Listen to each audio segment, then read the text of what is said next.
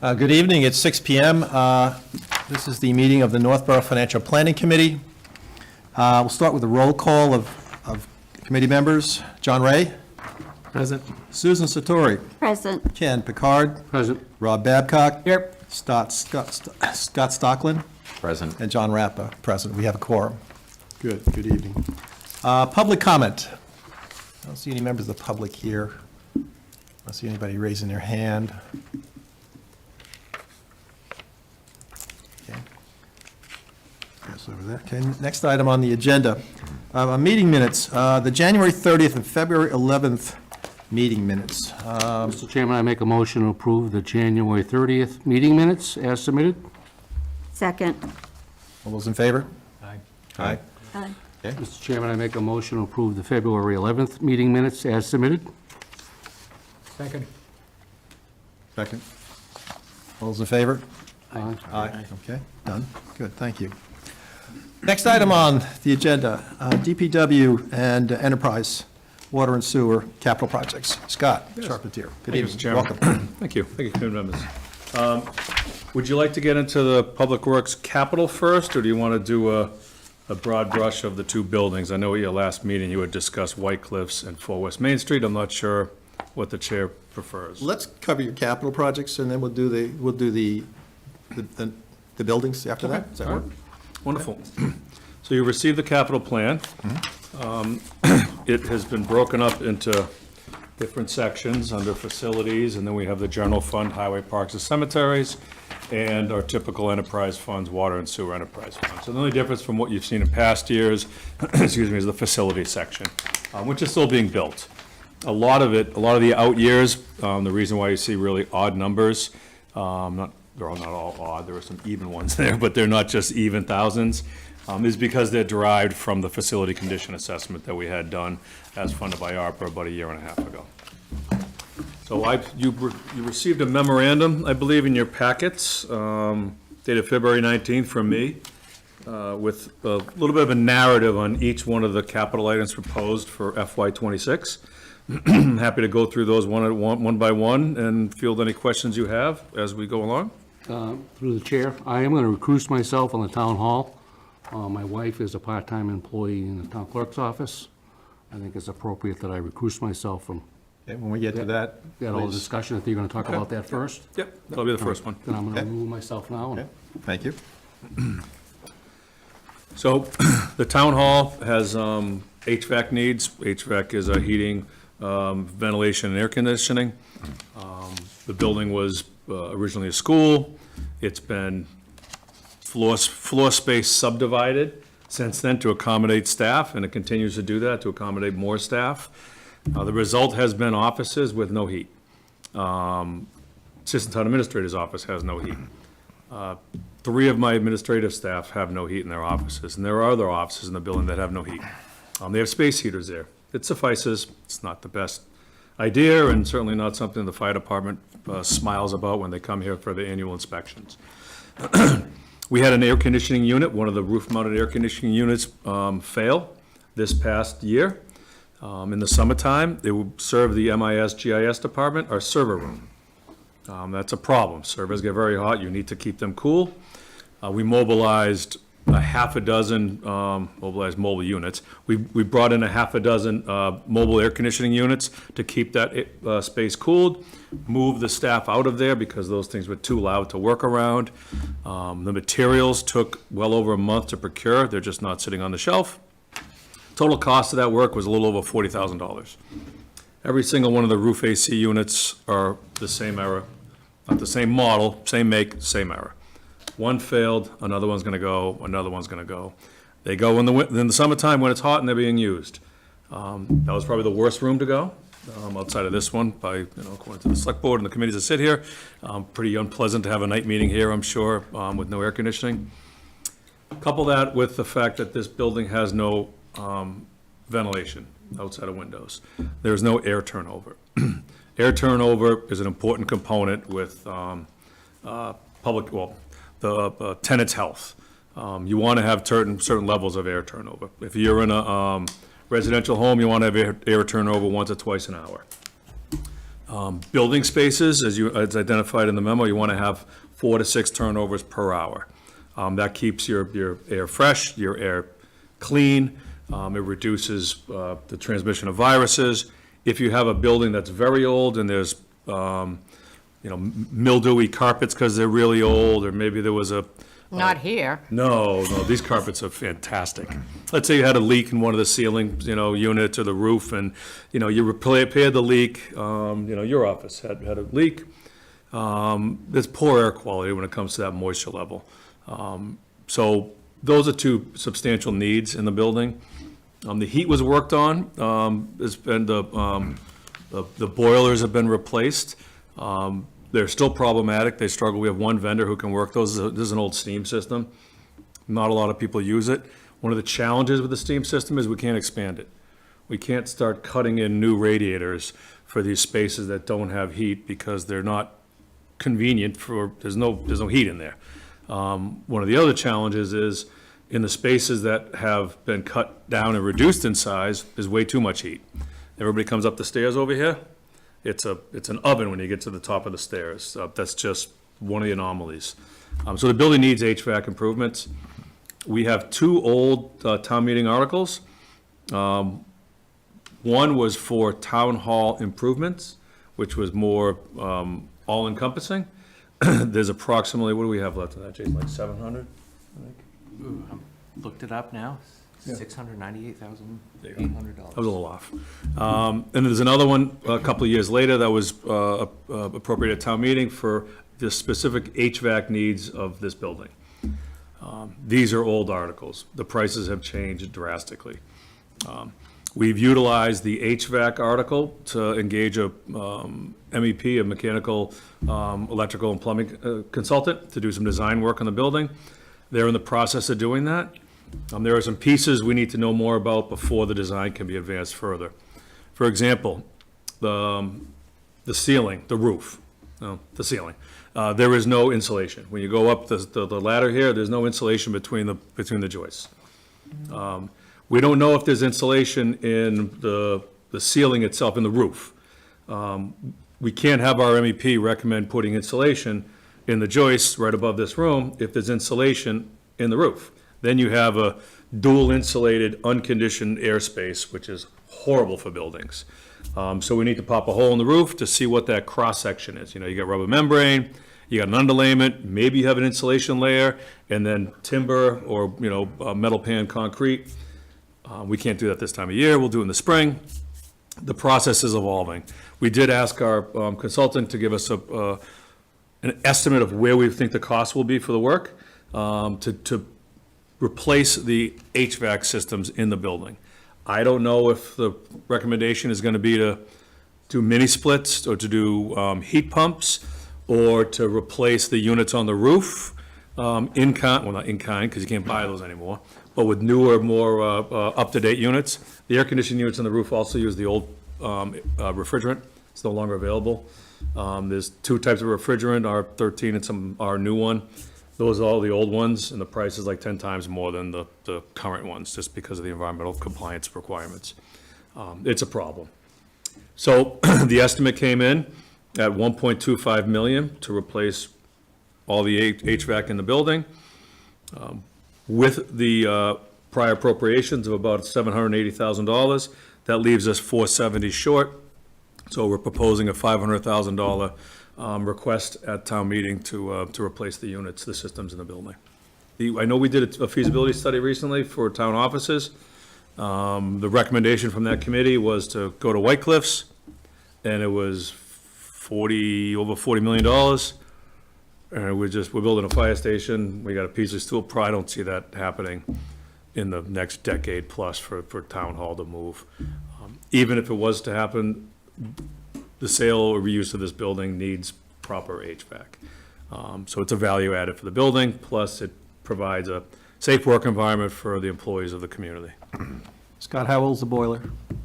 One is 8 years old, and the other one, 6 years old, I believe, 5 or 6 years old. They're not that old. You expect a 20 or 30-year lifespan? out of Generally about a those? 20-year lifespan, yep. Yep.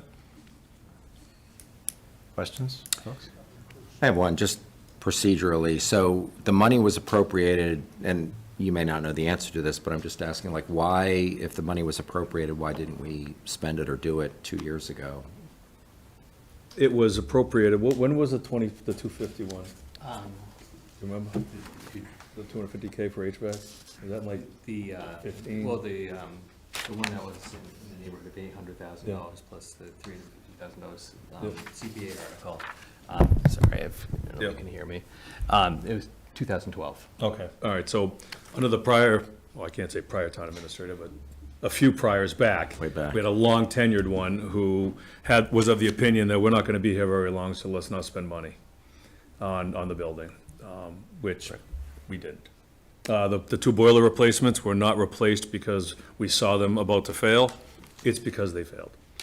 You know, a boiler failed, it was September, there was a bridge month, we had to replace it. The second boiler failed a couple of years later. That failed in the middle of the winter. That was critical because they work like pumps, one lead, one lag, one lead, one lag, and they cycle back and forth. Unless you get like 3 or 4 days of zero, and then they're both going 90%. So that was a problem because we had a difficult time heating the building with one boiler down. So they were both emergency replacements. Okay. I mean, I guess, so my question, it sounds like the town appropriated the money, it wasn't spent, now it's more, right? You got to And top it off. Now we're appropriating more, Yep. so. All right, so where does the money go when it's, after it's appropriated? Does it just go sit in an account, or is it just a paper entry? Correct. It sits in an account. I mean, it's part of the town's, obviously, cash that it has Okay. in the bank. But, I mean, we account for it in our capital project funds. It's been on our books since that time. Okay. And, I mean, not to belabor the point, but the article from 2012 was a reappropriation of a lot of unused bond proceeds from older articles. So if you went back to 2012 and looked at that article, it's a lot of even older bond proceeds that were reappropriated into that article, which has then sat there since 2012. Okay. Yeah, I mean, I don't know, just as a resident, I would feel like if I'm going to town meeting and I'm voting to spend money on something, to find out that it was never spent, doesn't really feel right. And then to come back and say, well, it's now gonna be more because we didn't do anything 10 years ago and now we need more money, you know, it just feels, I don't know. Right. It's not the only thing in the 5 years I've been involved in this committee that have been approved and not spent yet. Yeah, So it's not the only one. yeah, So, I'm sure. I mean, but by far, this is the oldest article that's sitting on our books right now. Typically, we move through them within 1 or 2 years, and they close out with zero left in the article. Yeah. Another mitigating factor in this case, not to defend the decision not to move forward with the repairs in this building, but I know within the window of time, the 4 West Main Street was known to be coming back to the town, whereas I don't think we had an adequate idea of what the cost would be to renovate that building. I think there was some thought at the time that it would be, there'd be the ability for town offices to move directly into that building. We'll just wheel the desks and chairs down the street, and we'll move into that building, and it was ready to go. Where I think now that we've taken custody of that building again, we're seeing that there's some significant issues within that building to bring it up to code, even up to code, so. Yeah, and you're saying it's unlikely that we would be moving to either the White Cliffs or the Well, other it would be building a anytime much soon. more significant cost than I think what was thought at the time, going back in time to try to retrospectively look at what the view was at that time, and some of the explanation for why the decision was made to not move forward with the large-scale repairs to this building. Okay. Let me ask this. In the next 5 to 7 years, does anybody see or think that the people that work in this building are going to be working someplace else? There's so much stability here, from a municipal employment perspective, I can't imagine there'd be a drastic loss. I've got employees here 20-plus years. No, I mean, No, but she she means means in this any other building. facility. Do you think they're going to be moving to another Oh, facility in the next 5 or 7 years? The whole idea about 4 West Main Street working, those floors are 5,500 square feet each. So you can maybe fit 2 departments, maybe 3. So if you go to do your business there, you're gonna be bopping up and down that elevator, 3 times trying to go to planning, and then DPW, then you go to the building. And It's we not, realistically are not going to build at White Cliffs anytime soon with for $40 million. So this is our home for the municipal employees. Yeah. So it's our due diligence to take care of the capital asset for the employees in this building. There's a committee for town hall. Have they done a formal readout on what the recommendation is? Are they aligned with the conversation we're having now? yes.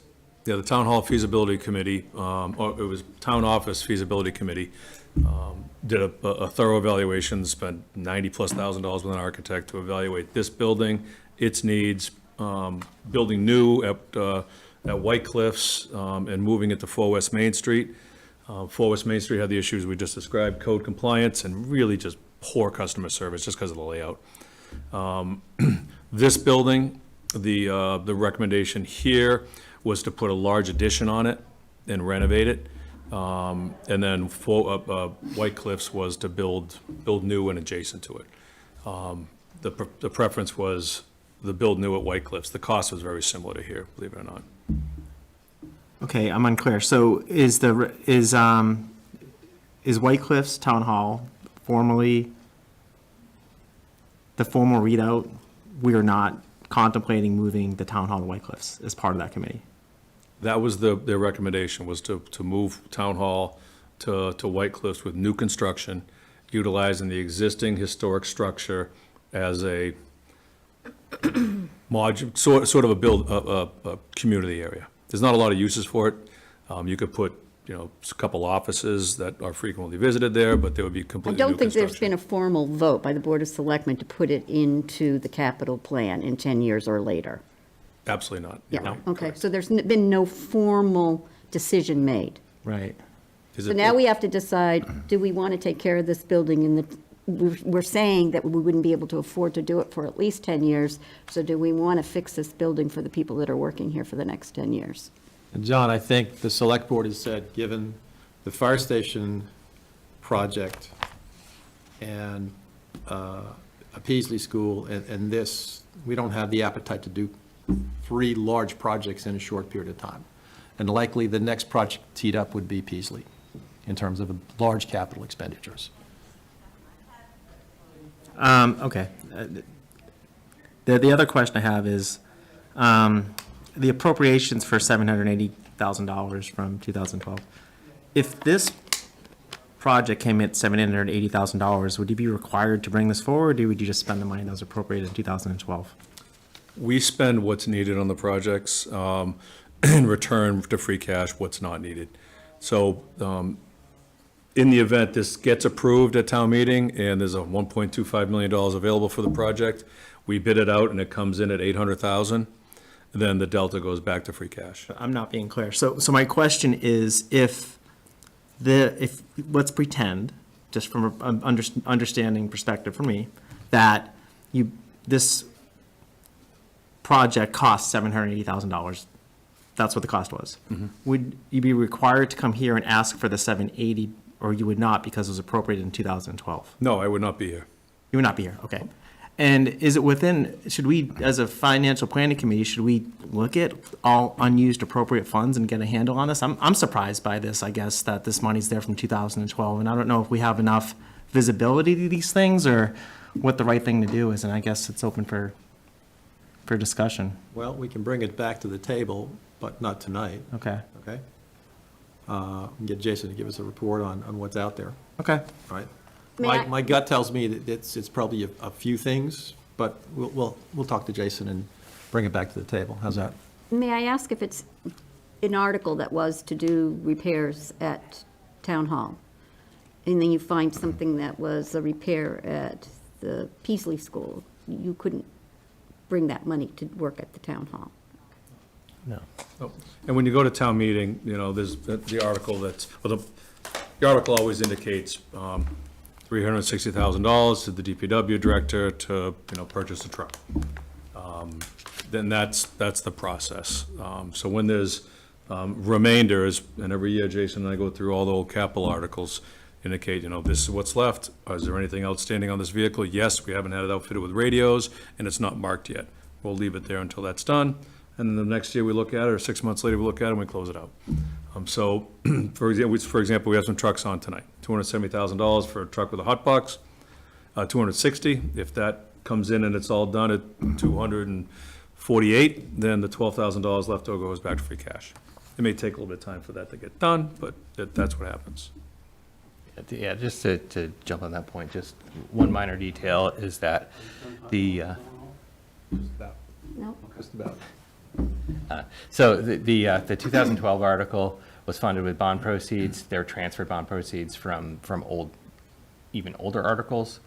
Bond proceeds are very specific. They don't close out to free cash, whereas the free cash articles, if we were to take the $500,000 from free cash, that portion could close out back to free cash, but bond proceeds have to be reappropriated for another project of an equal or longer useful life. So Okay. there's an added restriction for the reuse of bonded projects. But those are the specifics of the bond issued funds that just equal and. Correct, similar. yeah. Okay. So they would have to be used for another long-term project like a building, but I know it's a really busy time of year, and you're probably not going to be able to grind it out, but I do think he's made a very good point that it'd be nice to know what is out there that hasn't yeah, been expended. There's work already underway under that article that was authorized under the previous town administrator. I'm not 100% sure what's unobligated of that money right now, but there's not a lot that's surplus right now. Okay. But so don't be surprised that there's not much to be surprised Okay. by in that report. Yeah, I think it's just more transparency than anything else. Yeah, I mean, again, they are laid out in our financial statements every year, but Yep. I'm happy to. So I would see, Comply with- I would see $780,000 for 2012 appropriation for a town office HVAC if I were diligent enough to do that work. Yes. Okay. Then maybe it's already there. Well, I could generate a report relatively easily. Great, thank you. Thank you, Jason. What I'm saying is, don't get your hopes up that there's a lot No, of surplus money no. sitting there waiting to be reappropriated. There's a lot of drips and That's drabs the on point I'm trying little to make. projects. Yep, Yep. it's like that money tree in the backyard. Yeah. People are shaking it. Any other questions on the town hall HVAC?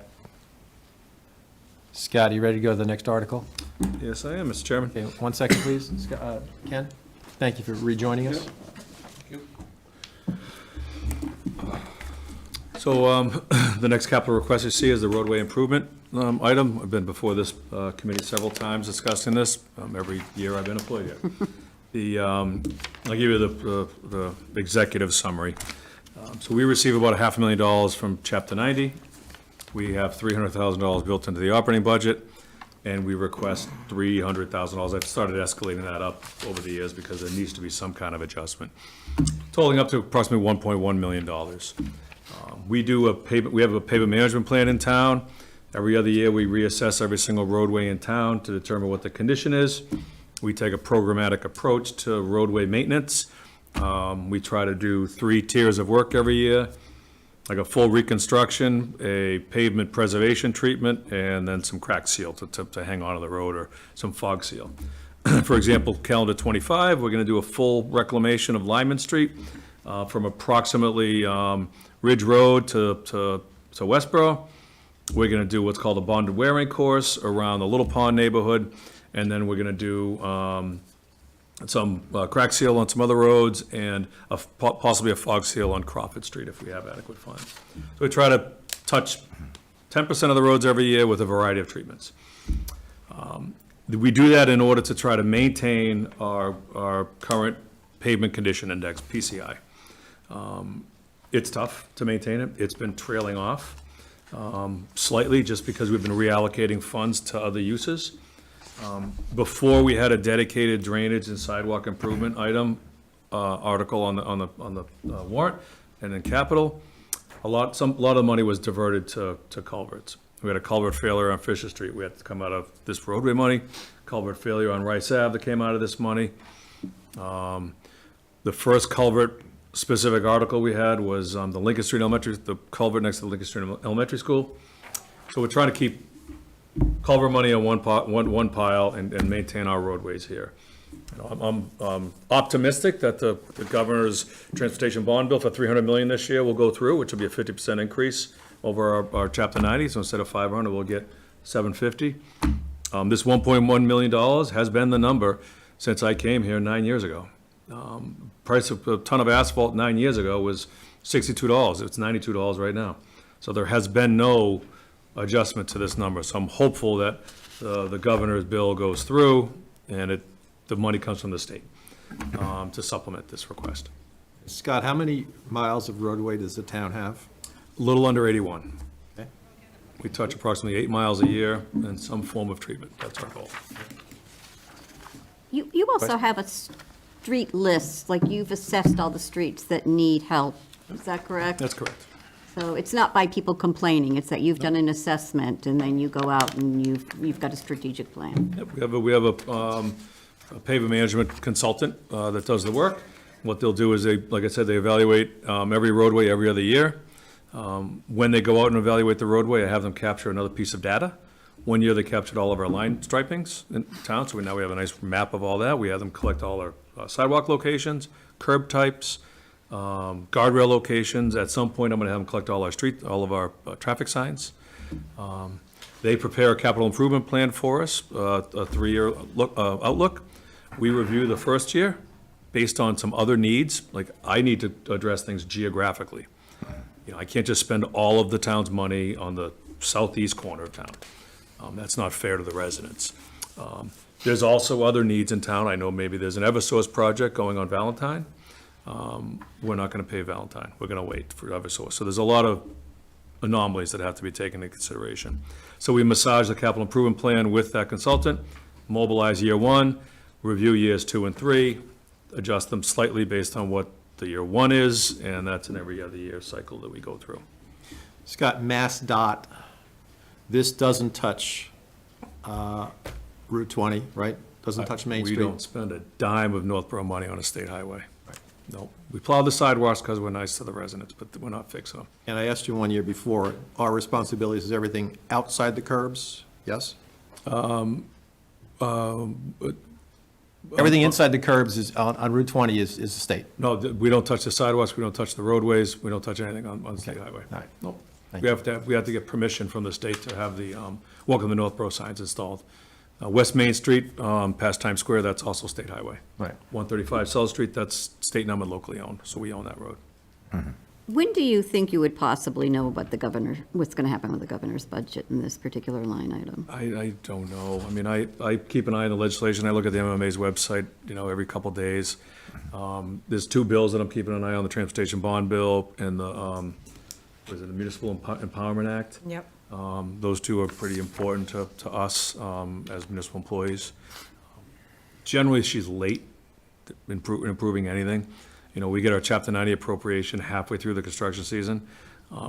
Northborough, we operate a bit conservatively, so we always maintain a fund balance in Chapter 90, so we can get our paving going in the beginning of the year. We're actually engaging our paving contractor now. I'm just waiting on insurance and bonds. Other communities who may not take that approach have to wait until July to engage their paving contractors, and then prices go up and schedules go down, because they don't have much time. Well, look, we know that this is a tough budget year. I just want to ask this question of you. If you should get another $250,000 from the governor, are you willing to then ask for less out of this and just go with what you've been doing each year? Because she would be able to bring you to what you've been spending annually if she gave you that money. Would you be willing to do that? To add a little information, it's for the first time, it's a 3-year bond bill. So there'll be 3 years of stability, which is a first for Beacon Hill. And yes, I know the Select Board has been interested in expanding sidewalks. The next item we talk about is going to be drainage and sidewalks. All of our sidewalk work has been repairing what we have existing, not building new. Oh, I understand. So There's a there- lot there- that there may everybody be wants some- to do and get done, Yeah. but every department has the same thing, and someplace Yeah. along the line, we're all going to have to Yeah, look yeah. hard. There may be other entities in town that say, oh, we have an extra 250, let's build a new sidewalk here. That's what I'm alluding to. So, Scott, are there any roadways that are eligible for TIP programs in this town? Yeah, yep.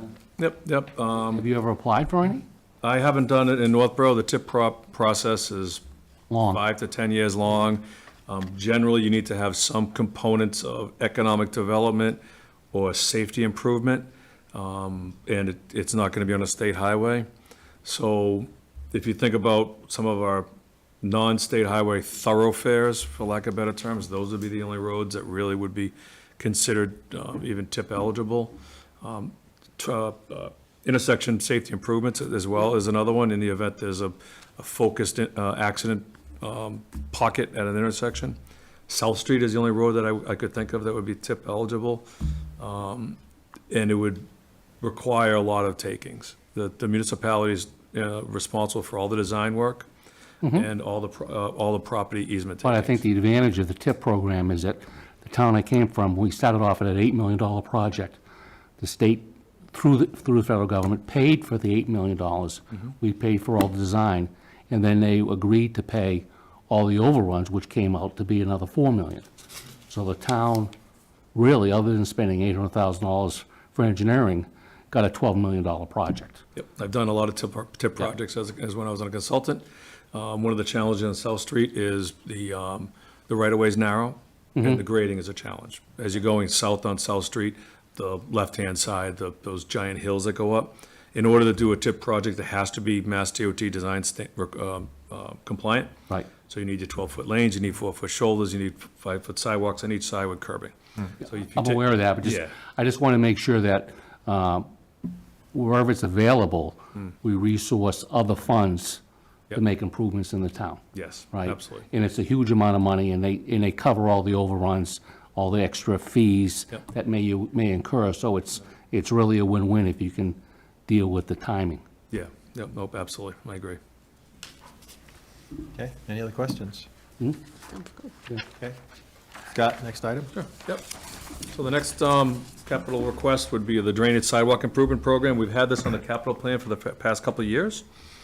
You can see a list of projects that I was just discussing a little bit. The Fish Street culvert that was repaired in 2018 with paving money. Rice Ave was with paving money the year after. Davison Ridge was with paving money the year after that. All these are culvert failures. They're not, we looked at it and it's in bad shape, let's replace it. There were holes in the road and we had plates on them. Lincoln Street was the first one when we actually had a culvert replacement item on the capital plan.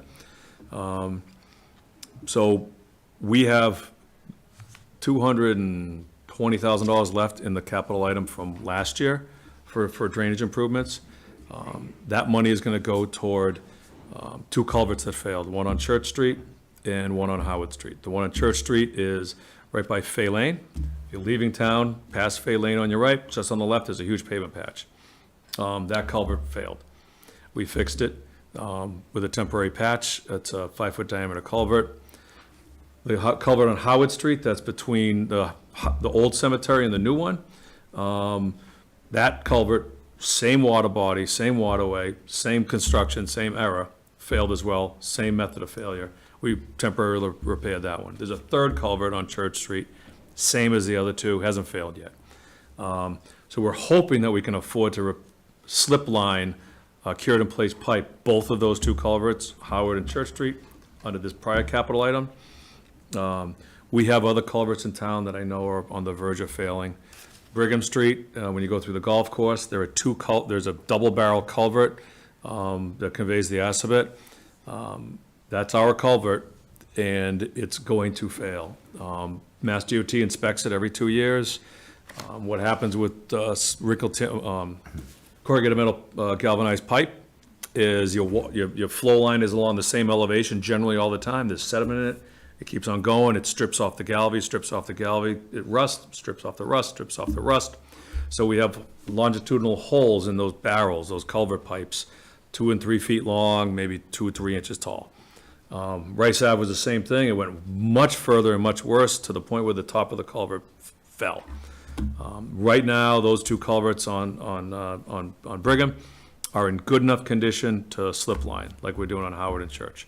So that's what I would like to start doing with money like this, is to actually fix things before they catastrophically fail. If Church Street was worse, we may be sitting here with a one-lane road right now on Church Street. The sidewalk improvement project, in the event there's no catastrophic drainage problems, can go towards sidewalks. There are sidewalk repairs that need to be done throughout town. A lot of the neighborhoods, across the street off of Valentine where the community gardens is, there's a little cul-de-sac there, Orchard Circle, I think. Those sidewalks are just destroyed. When the roadway was built, the sidewalk was built, the developer put big trees right next to the sidewalk, and it's heaved, there's 3-inch root heaves along that. That needs to be fixed. We have the same thing on a cul-de-sac that's off of Davis. These sidewalks would never get touched if we don't have the resources, because we're talking, it goes toward roadways. We don't have any money in the operating budget to repair sidewalks. It's just our guys. And our priorities are not always root protrusions and sidewalks. So there is a need for this item. Did you get any ARPA funds this year for sidewalks? We did, yes. You did? What are you going to be doing with that? All the ARPA money for sidewalks went to new sidewalks, with the exception of South Street. South Street, we're not doing South Street. So we're putting a new sidewalk on Gale and Monroe that'll connect where the town common is, a little bit of asphalt sidewalk that goes by the town common. It'll connect that along that side, around past Leland's house, over to South Street. So that'll be a nice connector walkway around town. We're finally connecting Allen Street from the bridge down by Hudson Street up to East Main Street. That's a gap. That's what I would love to hit around town. It's a known gap. You can't get from one area to a recreation area, with the Casey and Memorial Field. It also funded design for all of Maple Street, from Ridge Road to Bartlett. That's a very challenging section of road to put sidewalk in. There's grading challenges. There's no closed drainage there. There's an MWRA aqueduct crossing, plus utility poles along the way may be problematic. So Will you be having that as a capital project anytime soon? I would expect there'll be a desire for funding that in the future, but I need to get a cost from the engineers first to see what the number's gonna be, then get permission from the authority to go across their aqueduct with a sidewalk. But So yeah, you say a couple of years? I should have the construction cost estimate by the end, mid-end of '25.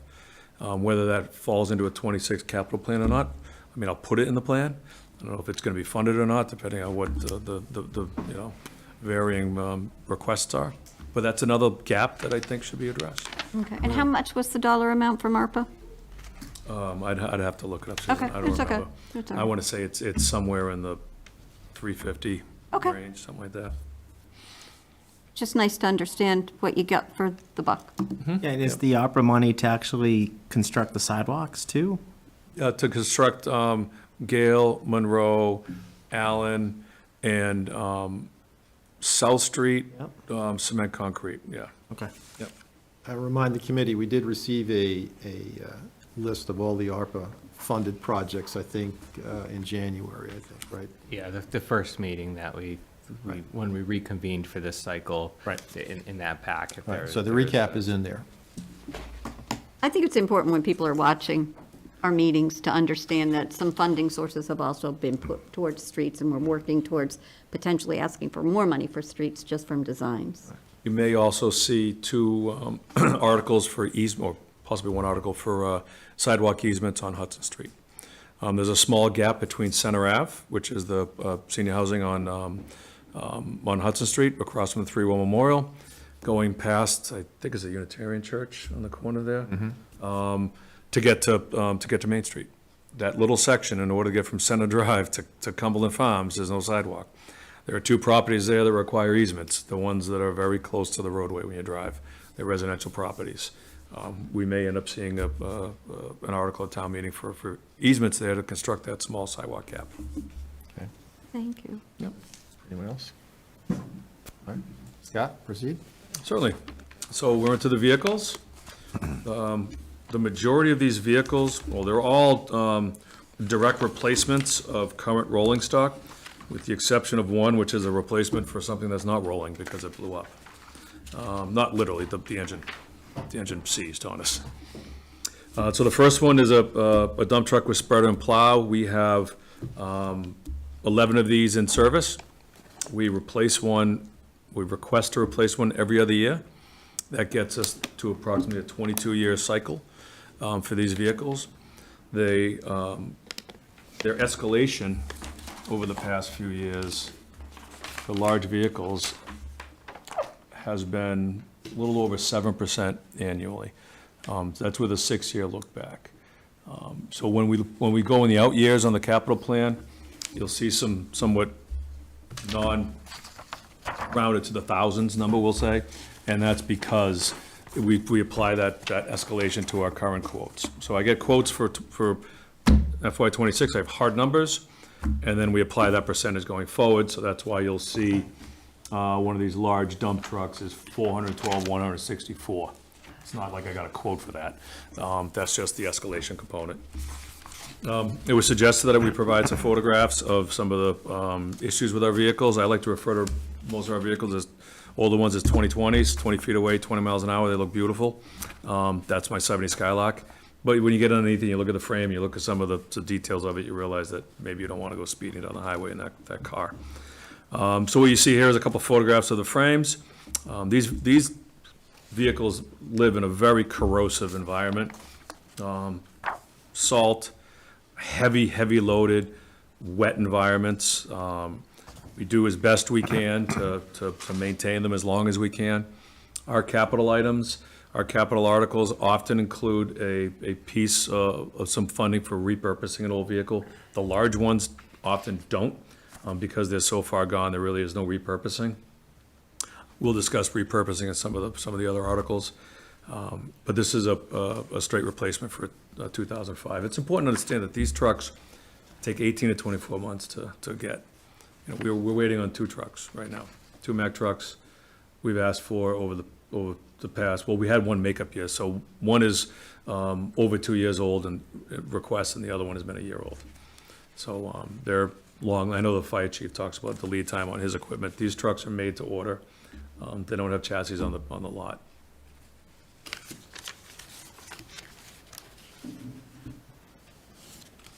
The next one is a 1-ton pickup. This is one of the size vehicles that we do a lot of repurposing on. So for example,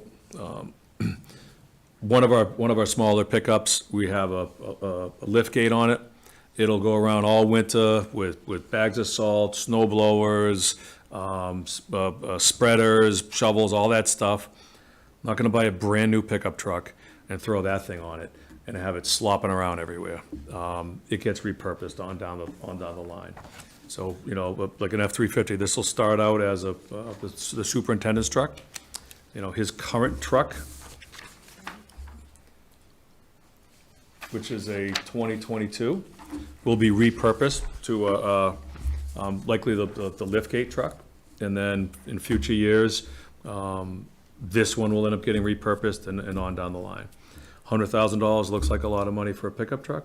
I don't disagree. It's expensive. This is based on a hard quote. The quote we got was $92,000, and it included I want to say a $3,500 next model year update, because they don't know what the next model year is going to be, so they just put a number in there. So again, like I said before, when these things come in under, the money goes back to free cash. The last thing we want to do is get a quote for $92,000, request $92,000, and then it's a $4,500 increase, not $35,000, and then we're short $1,000. These have lead time? Yeah, these are about a year out. Pickup truck does. Yeah, right. believe it or not, about a year out, you know. And they get outfitted, you know, so when we buy a Mack truck or a mid-size, which we'll talk next, buy the chassis from one entity. You know, they build the chassis, then that chassis goes to an outfitter, sits in, well, not in the Mack truck case, sits in line for a long time, and then the outfitter puts all the equipment on it. The heavy stuff, the salters, the plows, the belly scrapers, the hydraulics, all that stuff. And then it will go to a finisher who does the radios, the backup camera stuff, the calibrating setup for the spreader, the logos on it. So it's a step process to get it. So pickup trucks go through the same process. Is that what I'm looking at on page 4? Is that the 100,000? We're trying to find $100,000 that on the Yeah. packet. Page 4? It would be page 3. Page 3? Yeah, those are the photographs, the bed rail rot, and the rocker panel. Okay. And then the $100,000 pickup truck is, oh, I see, 1-ton pickup truck with plow, is that it? Yes, yeah, so there's actually 2 pickup trucks. One is a water sewer, that's the one I believe you're referring to on page 4. Okay. The other one is this one. So the thing about our pickup trucks, we replace one every other year, typically when it's, well, the 350 is a little bit different. The next one we talk about will be one that we do every other year. That's, we have 7 of them in service. One gets replaced every 14 years. That's generally the process for our mid-sized trucks. The pickup trucks get filtered in as they're needed. So the one that you see the photographs of at the top of page 3, the expectation is that's not gonna pass inspection because the frame is rotted through. Generally, when your frame's rotted through, they won't pass inspection. Rocket panels, they come and go. We do our body work on them. If this was not gonna be a vehicle that we trade in, and we had leftover money, we would, go through the repurposing process on an old vehicle. Say, okay, we're gonna take this lift gate, put it on an old truck, and when we send it out, go over the thing, fix the rocket panel. The backup alarm is funky. The window doesn't open on the passenger side. Just have them kind of go through it, make sure it's okay. So it's operational in the fleet. That's part of our repurposing. And then, I wasn't quite following the superintendent. The superintendent has a 2-year-old pickup truck? His is 2 years old, correct. What's that used for? Plowing. Plowing? Yep, he plows with it, he pulls the trailer around with it, the emergency response trailer, responds to after-hours events. That's his take-home vehicle. So if it's 3 o'clock in the morning and the tree comes down, he doesn't have to stop off at the garage, get out of his Jeep Cherokee, get into his work truck and get out there. He's right out there. So he has his equipment in the back of the truck, and in the event something happens, he pulls out his cones, throws some lights out there. He's there waiting for the on-call guy to get in. How many take-home vehicles do we have? His and mine, Okay, thanks. You're a similar use case? yeah.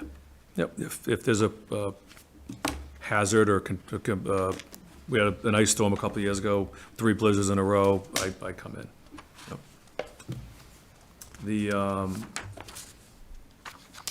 Yeah, so our concern is that the one to be traded in won't pass inspection. I don't think it will. The back end of it's good though, so we're gonna reuse that. The next one is the 1-ton chassis with a hot box. Hot boxes are, what it sounds like, it's a diesel-fired oven for asphalt. Goes in the back of a pickup truck, fits about 2.5, 3 tons of asphalt in it. I drive around in the wintertime with cold patch, which is kept warm, and it actually works much better. And then in the summertime, we patch it. We use it for our smaller paving jobs. We have a large dump truck that we use for larger jobs, but this is good to get around and address driveway aprons, potholes, small curbs that have been damaged. The one we had that was purchased previously, the engine seized. The diesel engine, they had issues. Ford's diesels have had issues for a number of years. The engine seized, we got a price to replace the engine. When we looked at the hot box in the back, the burner was going in the hopper, the feed was going in the hopper. There's like a screw in there that feeds the asphalt out. It wasn't cost effective to replace the engine and then buy a new hot box and put that in a 2012 chassis. It just didn't make sense. So we got some prices for trade-in. We got $5,500. That's all it was worth. I actually called a few contractors that we were working with who may be more handy and may be interested in it. The one that built the senior center trail was one of them, and another one was our regular paving contractor. They crawled over the vehicles, up and down, neither of them wanted them. I just wanted them to be competitive. Say, well, I got a trade-in number, if you can beat it, you know, it's a disposition of a property, as long as it's, you know, compliant with the law, it's yours, and they didn't want it. So this is a replacement for that.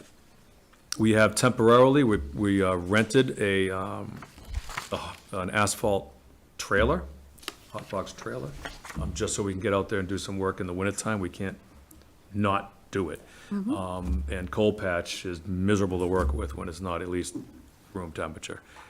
So at least we can provide a continuous service to the residents with that. But it's a temporary solution. It's not a good solution. It's cumbersome if you're gonna be going out to South Street and you need to patch a bunch of curbing or sidewalk or roadway there, and you have a big lumbering trailer. You take up 3 times the space as you normally would. Plus, I don't understand why they do this with the trailers. You can't get a wheelbarrow under it. You gotta get the trailer right over the pothole and open the chute so it goes in. Otherwise, you miss it and you gotta rake it over. You can't get a wheelbarrow under it. I don't understand why. It's one of the dumbest things. You'd think they would elevate it enough, but anyway. Scott, this is a all comprehensive list here of the assets. Yep. Where's like the superintendent truck and the director truck? Where are I they? don't have a truck. I have an old police cruiser. It's a black You really? Charger. You see That's out pretty there. cool. Yep. Oh, yeah. Sweet. Costs zero, which I is want nice. to get one. I want to try to get one of those. It's all-wheel drive, so it gets through the snow. The first, number one is a pickup truck. It's the F-350, model year 2020. This is the one. Okay. Yeah, I was trying to get a sense of the inventory and Yep. tying your conversations. Thanks. Yep. We'll keep some of the older vehicles a little bit longer, depending on what's on the tail end, what's on the rear end of it. If you look at vehicle, where is it? Cash basin, number 18, to 1999.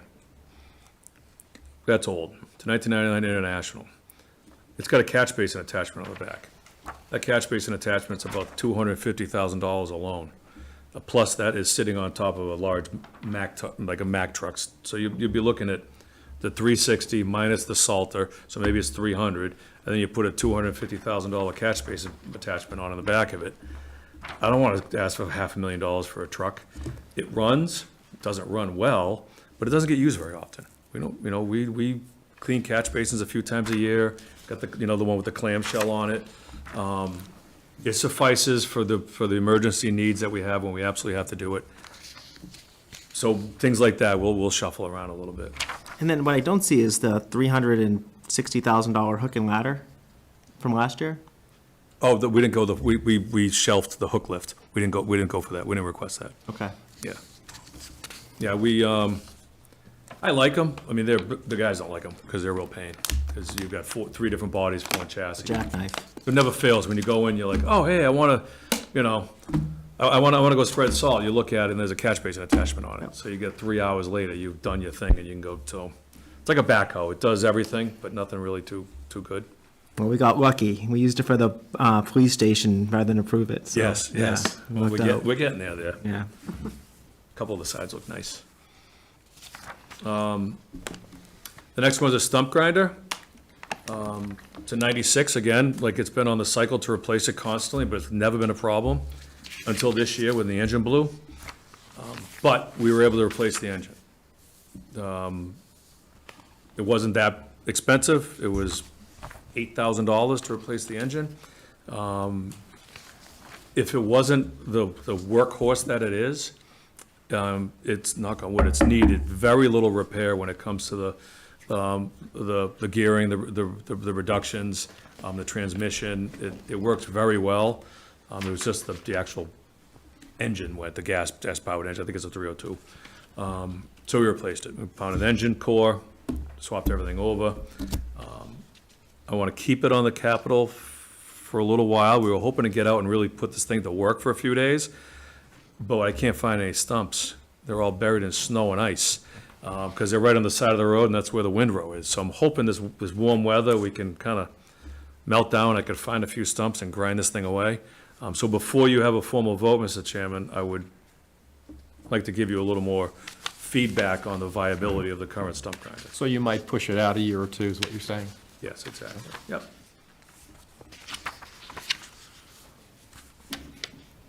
We've talked about the Aspet Hill drainage and roadways before. The Aspet Hill neighborhood, go up Monument, take a left, and it's up by where the water tank is. In 20, I got the year here, right? 2019, well, in 2018, we had a series of sinkholes that occurred up in the neighborhood. And these were big ones. These were, Volkswagen-sized sinkholes. First one happened, we had to hire a contractor to come out and fix it because it was too big for us. We have a small excavator. You needed a large-size excavator. It was a failure of the drainage system. Hard to tell what failed because you got a giant hole and everything's broken. Happened again. And then when the third time happened, that's when, I don't want to say we put the brakes on it, we hired an engineering company to come in with a pipe video company. The video inspected every single pipe and manhole and catch basin in the entire neighborhood, provided us with a report, a deficiencies report, showing what failures there are, what needs to be replaced. Got a cost estimate put together in 2019 for that work, just the drainage repair work itself. Turns out the majority of it was due to poor construction methods. When contractor, and if you drive up the neighborhood, you'll see front steps that are a little tipped over because maybe the compaction wasn't so well. There was a gentleman who had a really hard time with a retaining wall that was shifting quite a bit. Compaction around structures is a challenge with some contractors. They don't like to do it. So when you align you dig a big hole, you put your structure in it, and then you gotta shift it around to be right where it needs to be. Then all of a sudden you don't have enough room to compact over here. So what do? They look both ways. They dump a bunch of junk in there, and then they pave it over, and nobody cares. So the majority of the failures were bell failures. So you have a bell and a spigot on a pipe. If there's not proper bedding and a compaction of the material around that pipe, it ends up becoming kind of suspended over loose material, and then the bell breaks. When the bell breaks, all the water goes through the bottom of the pipe, erodes all the soil, sinkhole. And that was a lot of the problems, as well as penetrations at the manholes and catch basins. If you don't properly install the pipe at the penetration in the structure, you have the same problem. Water infiltration, water gets into the structure, it goes down the pipe, and then all of a sudden you have a sinkhole. Spoken to the residents several times, both in the neighborhood, here, select board, in my office. We can't pave the roads, or we shouldn't pave the roads, and we shouldn't repair the sidewalks and curbing until the underlying problems are done. So I've been talking to them every year.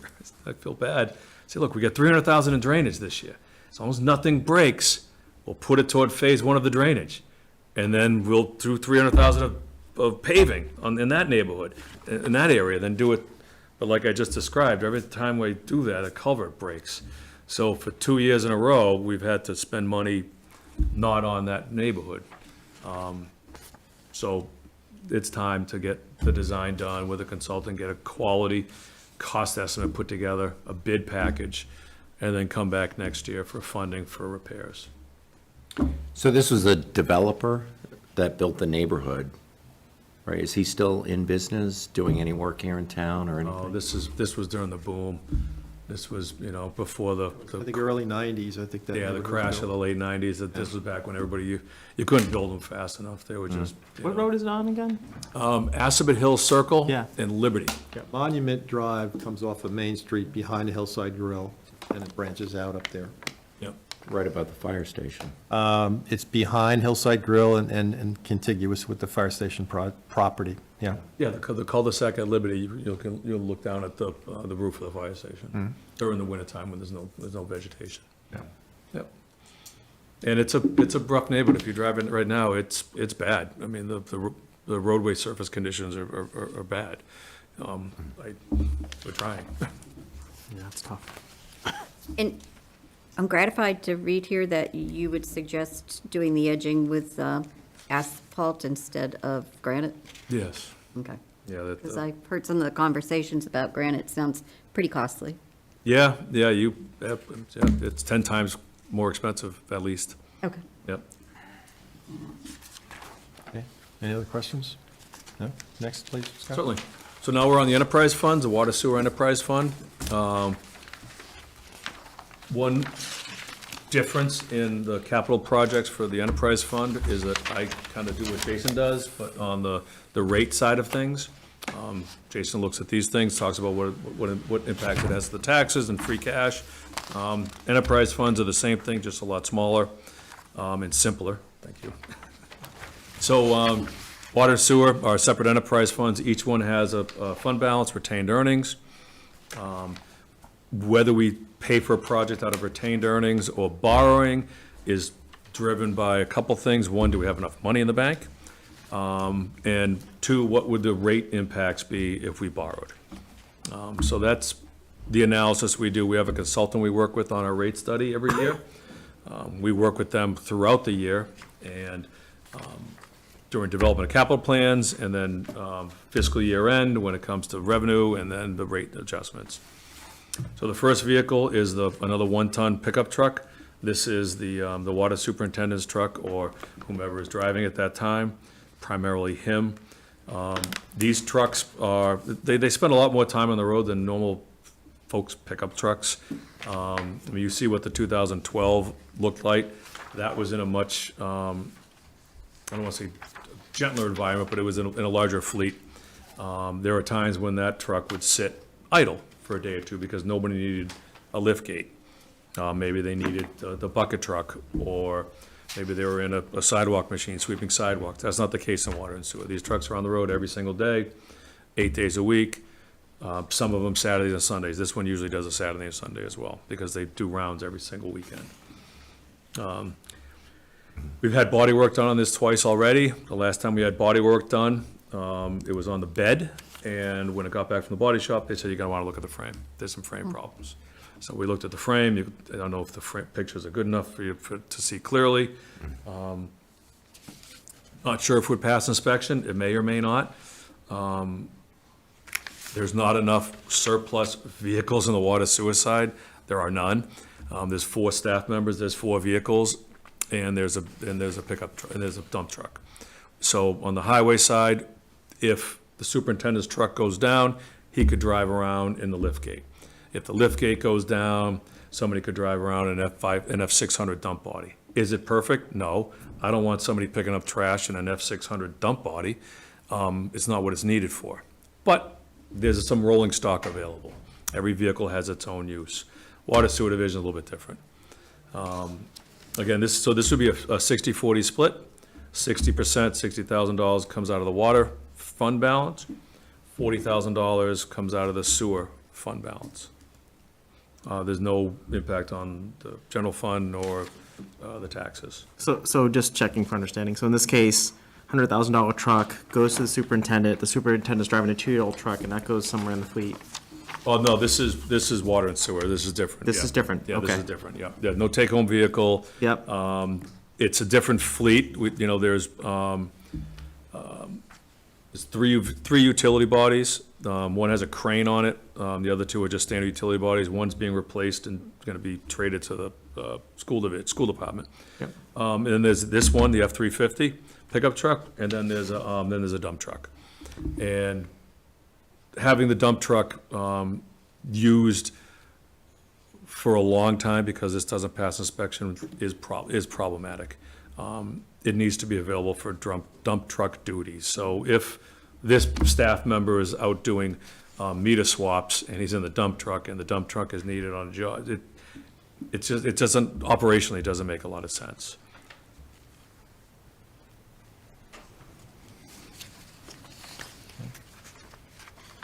Any other questions? This last one would be 100% water. Expectation is it would be borrowing. We would bond it.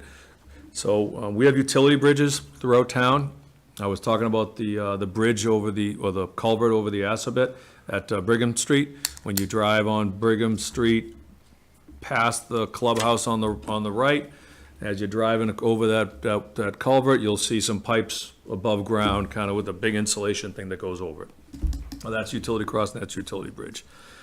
Some of these utility crossings are over bridges that the state inspects elsewhere in town. They inspect that one. The state inspects all of our bridges. They identified a couple bridges that had problems with utility bridges. One is on School Street. It's past the 4-way stop toward Juniper Brook. when you drive over it, it's over by the Christmas tree farm, you'll see that the sidewalk has been closed. We got chain link fence there, sidewalk closed. Mass DOT came out, inspected that bridge, found that the sidewalk support beams were in poor condition meaning the web, the vertical part of the I-beam has holes in it. You know, you could play operation with 4 fingers going through it, so they had us close the sidewalk. The water main is hung underneath that sidewalk. I reached out to Mass DOT, said we want to cut the sidewalk off. The sidewalk is held by by I-beams. The bridge itself for vehicles is metal pan, steel pan, concrete deck. So it's like a corrugated, cardboard galvanized steel. They dump concrete on it with some rebar. That spans the entire waterway. I asked DOT, can I cut the sidewalk off and put new beams in for the utility? Said no. Once you touch that bridge, you got to bring the bridge up to code. Well, we're not going to spend $900,000, $1 million on this little bridge. That the bridge is in okay shape. The vehicle portion of the bridge is not bad. So we're going to build a new utility bridge on the other side. So as you go across the bridge toward Juniper Brook, the pipe will go from the right side where the sidewalk is, put a new one on the left side, new foundations come out of the ground, the pipe will come up, go across. It'll be separate from the bridge, so Mass DOT will have no jurisdiction over it. Sidewalk will remain closed. We don't have the resources to replace that entire bridge, so that's what this need is. It's a critical need for that neighborhood. That is the only water source for that neighborhood. It's a single pipe that goes in. If that pipe was to go down, they would not have water until we would somehow manage to get them some drinking water. The other bridge is on Otis Street. It's right by the coffee roasters, Bavarian Farm, where everybody's favorite curve is. As you go down that curve toward Walmart, on the right-hand side, you'll see the utility bridge. The same thing, big pipe, round insulation on it with big collars. That beam is suffering from the same disposition as the other one. There are sections, portions of the web, the vertical part of the I-beam that you can put your hand through. It's a lot simpler of a project because it's on the side, it's not hung underneath. So what we're proposing there is to temporarily support it, put a couple temporary foundations with the beam across, hang it from that, pull the junk beam out, put the new beam in, a couple new rollers, fix the insulation, put it back down, and we're good to go. A lot simpler project. Both of them require environmental permitting. This one is very similar when it comes to impacts to our customers. There is no loop. That pipe goes down, all of Lawrence Street loses water, the rest of Otis Street loses water, Walmart loses water, and so does Lexus. So these are critical components that need to be addressed before, knock on wood, if anything was to happen. Not to digress too much, but how many non-looped water lines do you have? We have several, yeah. It's a challenge, especially Juniper Brook. I mean, it's a perfect example of a neighborhood that was built by a developer. It looks like it's probably the early 60s, maybe late 50s, post-World War II era. Go in, give the pipe, get out of there. That's all they wanted to do. There was no requirements back then for redundancy.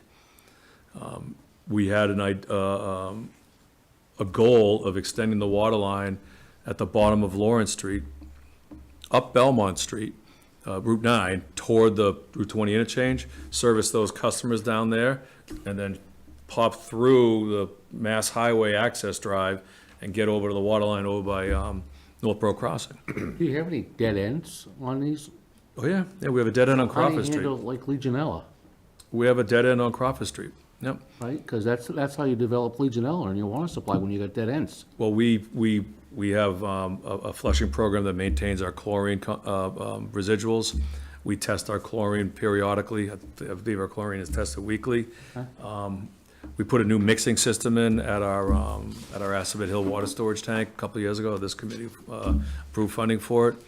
And our residuals are confirmed by the MWRA. Yeah, so we have good water, we have really good water. I don't like dead ends. No, You know, not I agree safe. with you. It's a water quality issue, and it's something that should not be in practice anymore. But you're saying we've got a couple of potential single points of failure. You lose the one on School Street, you take 3 dozen houses out with no water in Juniper Brook. Yep, yep. They do asset management programs. We've actually discussed possibly seeking state grants for it, that evaluate your entire system and identify things like that. Dead ends. Can you loop this thing easily? Are there critical single corridors for service? If you lose it, are you 36 houses out? Or is there a dialysis center that absolutely has to have high-quality water? And if they were to be looped the other way, it would be old water, like you were saying. And those are the things you address first. We have a couple paired dead ends at some of our railroad crossings. Those are problems, because when the water line went in, nobody wanted to bore into the railroad. So you got a hydrant there and a hydrant there and 2 dead ends, and there's about 60 feet in between. Just mind-boggling. Great. May I ask, you said at one point you were going to go out to bond for this? All right, because it looks like you've got it under enterprise fund or free cash in the draft capital budget. Yeah, that was my mistake. To defend myself here, we used to combine the borrowing authorizations funded from the enterprise fund with the enterprise fund. I blew it out into 2 separate categories, and I just didn't move that Okay. to the other column. So I just want to make sure we're all on the same page. yeah, thank you for catching that. But the next round, it will be corrected and reflected there. Thank you for pointing it out. What's the practical difference of that? What's that? What's the practical difference of that? There really isn't one. Okay. But the article at town meeting will be a borrowing authorization rather than an appropriation. But there's no financial difference between doing one versus the other? No. Yeah. No, not to the general fund or not to Yeah. no impact in taxes. Shifting gears, Scott, can you give us an idea of 4 West Main and the White Cliffs relative to expenses we've incurred for those 2 buildings and what the expectations are going forward? Yep, I'm happy to do that. And there are memos here, there are handouts on that. Let's start out with White Cliffs, I guess, might be the somewhat simplest. That's the one we're most familiar with. You're familiar that there was a appropriation at town meeting for us to buy it. And after buying it, we've had to maintain it. There's been several unforeseen circumstances that have occurred up at White Cliffs that has caused us to have to deplete those funds periodically because of things nobody expected. The electrical service came down. One of the poles that goes up and feeds it had a storm, tree came down, pole came down, we had to put a new pole in, it blew out the service, we had to put a new service in. The humidity conditions in there were horrific. We put dehumidifiers in the building. Dehumidifiers need a quality electrical service. So while we put a new meter in, and National Grid put a new transformer and pole in, the panel and the wiring was not adequate to support a half a dozen dehumidifiers. They're basically like air conditioners. They use up a lot of electricity. So we needed to install that. We had some tree problems on the neighborhood in the behind Warren, the houses on Warren Drive. We had to spend money there. So there's a lot of stuff you don't expect that comes up. We did a projection on what is remaining for the town meeting appropriation. Luckily, the select board was nice enough to provide $20,000 of ARPA money to bridge some gaps and give us a little more breathing room.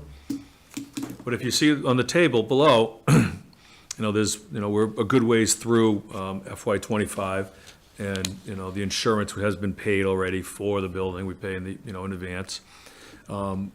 So if things go as expected, a $5,900 cost for the remainder of this fiscal year is what we're hoping for. There's $2,000 of miscellaneous repairs in there that may be needed, maybe it won't.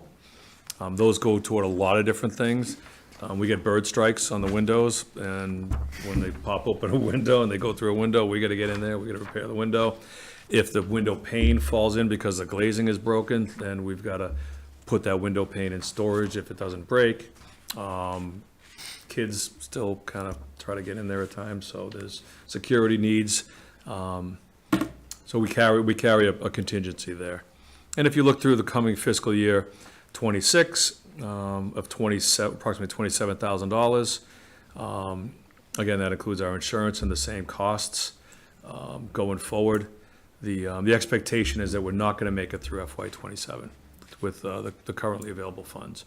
So sometime in '27, we're going to run out of money. So when we prepare the next fiscal year's budget, right now we're preparing fiscal year '26. When it's this time next year and we're preparing the fiscal year '27 budget, these $30,000 numbers are going to be in the general fund, not in any capital item because there is no capital article. So there's going to be a big bump in the facilities budget on the operating side to accommodate White Cliffs, unless somebody wants to buy it and develop it. What's insurance cover? Demolition. What does that mean? If the building burns, We get the money back? no, the insurance will cover making the site safe. It's not, What's the storage fee for? excuse me? Storage fee. We have all of the stained glass windows, a lot of the wood, not the woodwork, but a lot of the artifacts, so to speak, in a storage Historical area. preservation. Exactly. And it's interesting because I didn't realize this, those stained glass windows, you gotta build like custom-made boxes yeah. that store them perfectly vertically, because if there's any cancer to them, the lead is gonna soften, and all of a sudden you're gonna have these things bowed, and then the panels will pop, so, And the restoration of stained glass is extremely expensive. yes, I can imagine. I'd love to know what the future costs are going to be, but I would love, it doesn't have to be tonight, but I would love to see a rundown of what it has cost Oh, yeah. from the purchase until now, when we've been kind of having a maintenance budget of sorts. Did we receive ARPA funds to go towards anything? What was that? What did it cost to demolish the chimney? And, yeah, you had to do stuff with mold and fans and dehumidifiers. There must have been some costs associated with all of that. That's what I'd really like to understand as we talk about what are we going to do with White Cliffs, to understand how much it has cost us in total. Okay, yep, All right? happy to provide that. Thank you. Yeah, so maybe to jump out and answer that question in advance to somewhat, not to the level of detail that I think you're looking for, but all of these expenses have fallen within the $2.4 million appropriation from the CPA, in addition to the $20,000 allocated from ARPA, and I'm not aware of any other sources being tapped to cover But expenses. it's nice for people to understand the kinds of things that have been taken care of to keep this building standing up. Right, but I just want to be clear that Sure. that's where the sources have Yep. been that funded the expenses for the White Cliffs, that none of these have entered the general fund to this point. Our facilities manager walks both buildings, White Cliffs and 4 West Main Street, weekly. He also walks them after any substantial, or during or after any substantial storm. So, we get 2 inches of rain.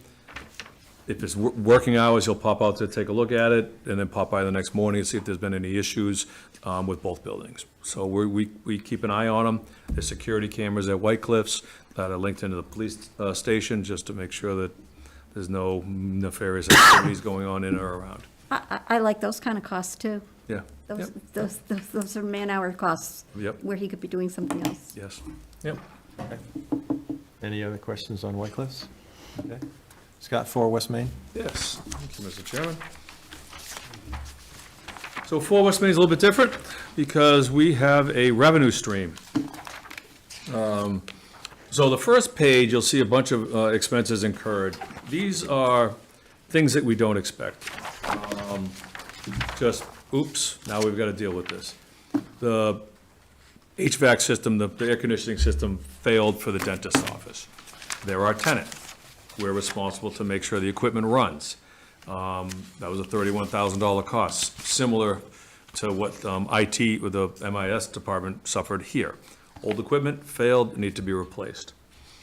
There's some smaller items that have occurred. The elevator is is a challenge to maintain. It's old, the parts are hard to come by, from what our elevator maintenance contractor is indicating. And there's periodic plumbing issues. One was ejector pumps in the basement. We had some sewer puddling, and it turns out there was ejector pump failures. We found that during one of our weekly tours. The roof has periodic problems with the roof drains, the scuppers up there. Some of them leak. We get up, we see the leak, we wait for it to dry out, we get up there, we repair it. We have our roofs inspected annually by our roofing contractor. He walks this one, he'll walk Fort West Main, walk the rubber roofs at White Cliffs. Does a cursory inspection of the roof at the library because it's relatively new. Same thing at the senior center. We know there's some problematic valleys there that maybe get some ice dams sometimes, so they do that annually. So it's just kind of the unforeseen stuff that happens when you basically buy an old house or buy an old building. What you will see, though, is that our cost for FY '25 was high. 70,000 plus 30,000 for insurance. That's $100,000. If you were to take away the $30,000 HVAC replacement, we're at $70,000. FY '25 isn't over yet. The winter's not done yet. There's still going to be things that come up.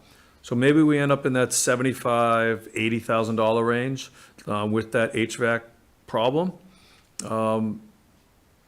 When you look down for what's projected for '26, we have a $10,000 just in case when things break and we have to fix it.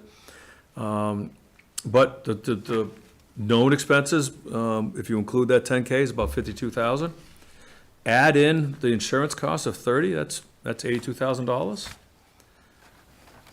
The next list of bullets are revenue. So we have projected revenue annually, maybe $70,000, a little bit more. And we have expenditures a little more than $80,000. So the building, without any substantial problems, costs the community a little over $10,000 a year. It's not cash flow positive yet. No, nope. And the longer you wait, the worse it's gonna get. If you look at the capital plan, and I don't want to go into detail in years out, but next year, on the capital plan, but on facilities, almost all of it is associated with Fort West Main Street, with about a little, almost 1.5 million for Fort West Main next year. And those are numbers that are based on the facility condition assessment and not like a detailed, when we get close to FY '27, we'll get some hard numbers and they'll be more accurate and more detailed, but there are needs in that building. We do what we can in-house, but that's not, we don't fix AC units. That's not, we're not licensed technicians. So I know the committee asked for the information about expenses in these buildings, but this is really operational cost. Yep. Right? It's operational. It doesn't become capital until you're gonna spend $1 million on your AC and other improvements. Right, yep, purely operational. I'm just trying to get an idea by asking the questions to see if it's worth to keep as a capital I asset understand it. to the town. I wanna make sure people understand this is operationals, right? Yep. These are operational Yeah. costs. So every year they're at court. Yeah, Yeah. They're in the budget and they're recurring. yep, So if you wanna eliminate a building, you can eliminate these costs. right. Does anybody have any idea, like the tax assessment on this building, like what it might garner us in tax money? If we looked at, what did we look at? I'm just thinking if it would be comparable. The GIS tells you what the land and building value is, and then you just multiply it by the Yeah, $17 or whatever it is. Divided by 1,000 first, please. Just something Yeah. yeah. to ponder, I mean, honestly. So we exercised our right to acquire it 2 years ago for $10,000. $10,000. Yeah, it was a no-brainer. Yeah, it was, we could have probably argued the case a bit just because of the lack of upkeep, but just get us in there, get out of there. The longer we wait, the worse the building's gonna get. Right. Who sets the monthly lease amounts? And are those indexed for inflation? I'm assuming that they go up every year. The T-Mobile lease was established by the prior owner. I don't believe we renegotiated that. It was just a lease transfer. I believe we did negotiate a new lease with the dentist. Okay. I think it's a 3-year lease. I'm not sure how long he intends to stay in business. Considering he signed a 3-year lease, I'm not sure if he wants to renew his lease after 3 years. Yeah. I'm not sure. I mean, I'm curious, not that you would have the answer for it, but I'm curious, like, why it seems such a struggle to get people in that building, you know? It seems like every time we've had someone on the ground floor, I know that there were restaurants that came in and nobody lasts. Is it parking, you think? We did as part of the town office's feasibility study, they did a market analysis of the building. And it kind of graded the space. So, and I'm not a real estate person at all, but I guess when you have commercial space, there'll be, A-grade space, which I envision a nice lawyer's office, or B-grade, maybe a nice engineer's office, C, maybe your attorney or your accountant you're gonna go to do your taxes. This was like D level space, so that might be it. It's costly to fit out for a tenant. Yeah. And I don't believe that as a municipality, we're really in a great position to do fit outs. Yeah. It's just, we don't have $180,000 to fit out the top 2 floors for your business that comes in, because you want to sign a lease next month. I don't, Yeah. it's just it's an odd, municipalities aren't built to be landlords. We own a lot of property. I had heard that Mumford Brewery was a potential tenant. Is that accurate? Yeah, they came in and took a look at it. We did one walkthrough, and that was it. So, okay, so not an active. No, that was last spring, I think. So we don't have any prospective tenants interested in the building right now? No. One more would tip us cash flow positive. Potentially. Just one. And is there, this committee's for everything, but is there a plan for this building? Like to either, like you mentioned, town's not great owners of property, like who owns that conversation? Last night at the select board's meeting, they wanted me to form a committee to see what would, potentially options that we could have to put out for an RFP. Do we have the $90,000 for the design committee and? No, there's no way that's happening on my watch. No, design money. Okay, no, that's super useful. Thanks. We do have somebody that would like to walk it, so that's a little bit of interest. You think about, outside this conversation, we talk about Economic Development Committee and these other things. These are the kind of things where you could really work with people and it could be a win for the town. It's a great spot for the right business to come in and help with our vision for what the town could be. And parking aside, it's a property that is in the center of town. I know that Lori, the planning director, is enthusiastic about the downtown revitalization project being a kickstart, for that area. And hopefully dressing up the grounds, so to speak, for the building will be beneficial for its, marketing for an RFP or something. Right. She's going to be requesting $2.1 million for Blake and Pierce Street revitalization right next to the building. So, Property value just went up. I'm assuming that this could be part of the discussion that we have on Thursday, right? About attracting businesses. That building has been empty. I know that there's been a restaurant in there, a food place, there was a gym at one point. The dentist seems like he's been there forever. I didn't even know that there was T-Mobile in there, but, The T-Mobile is a cell tower on the roof. Oh, okay. So the building was built in 1985. Yeah, he's on the roof. Yeah, Just keep the low the roof in maintenance. good Yeah. shape. Yeah. They never call. Yeah. Okay. So what I'm hearing from you is you don't think it's a space for municipal employees. It doesn't sound like you It's advocate for that. It's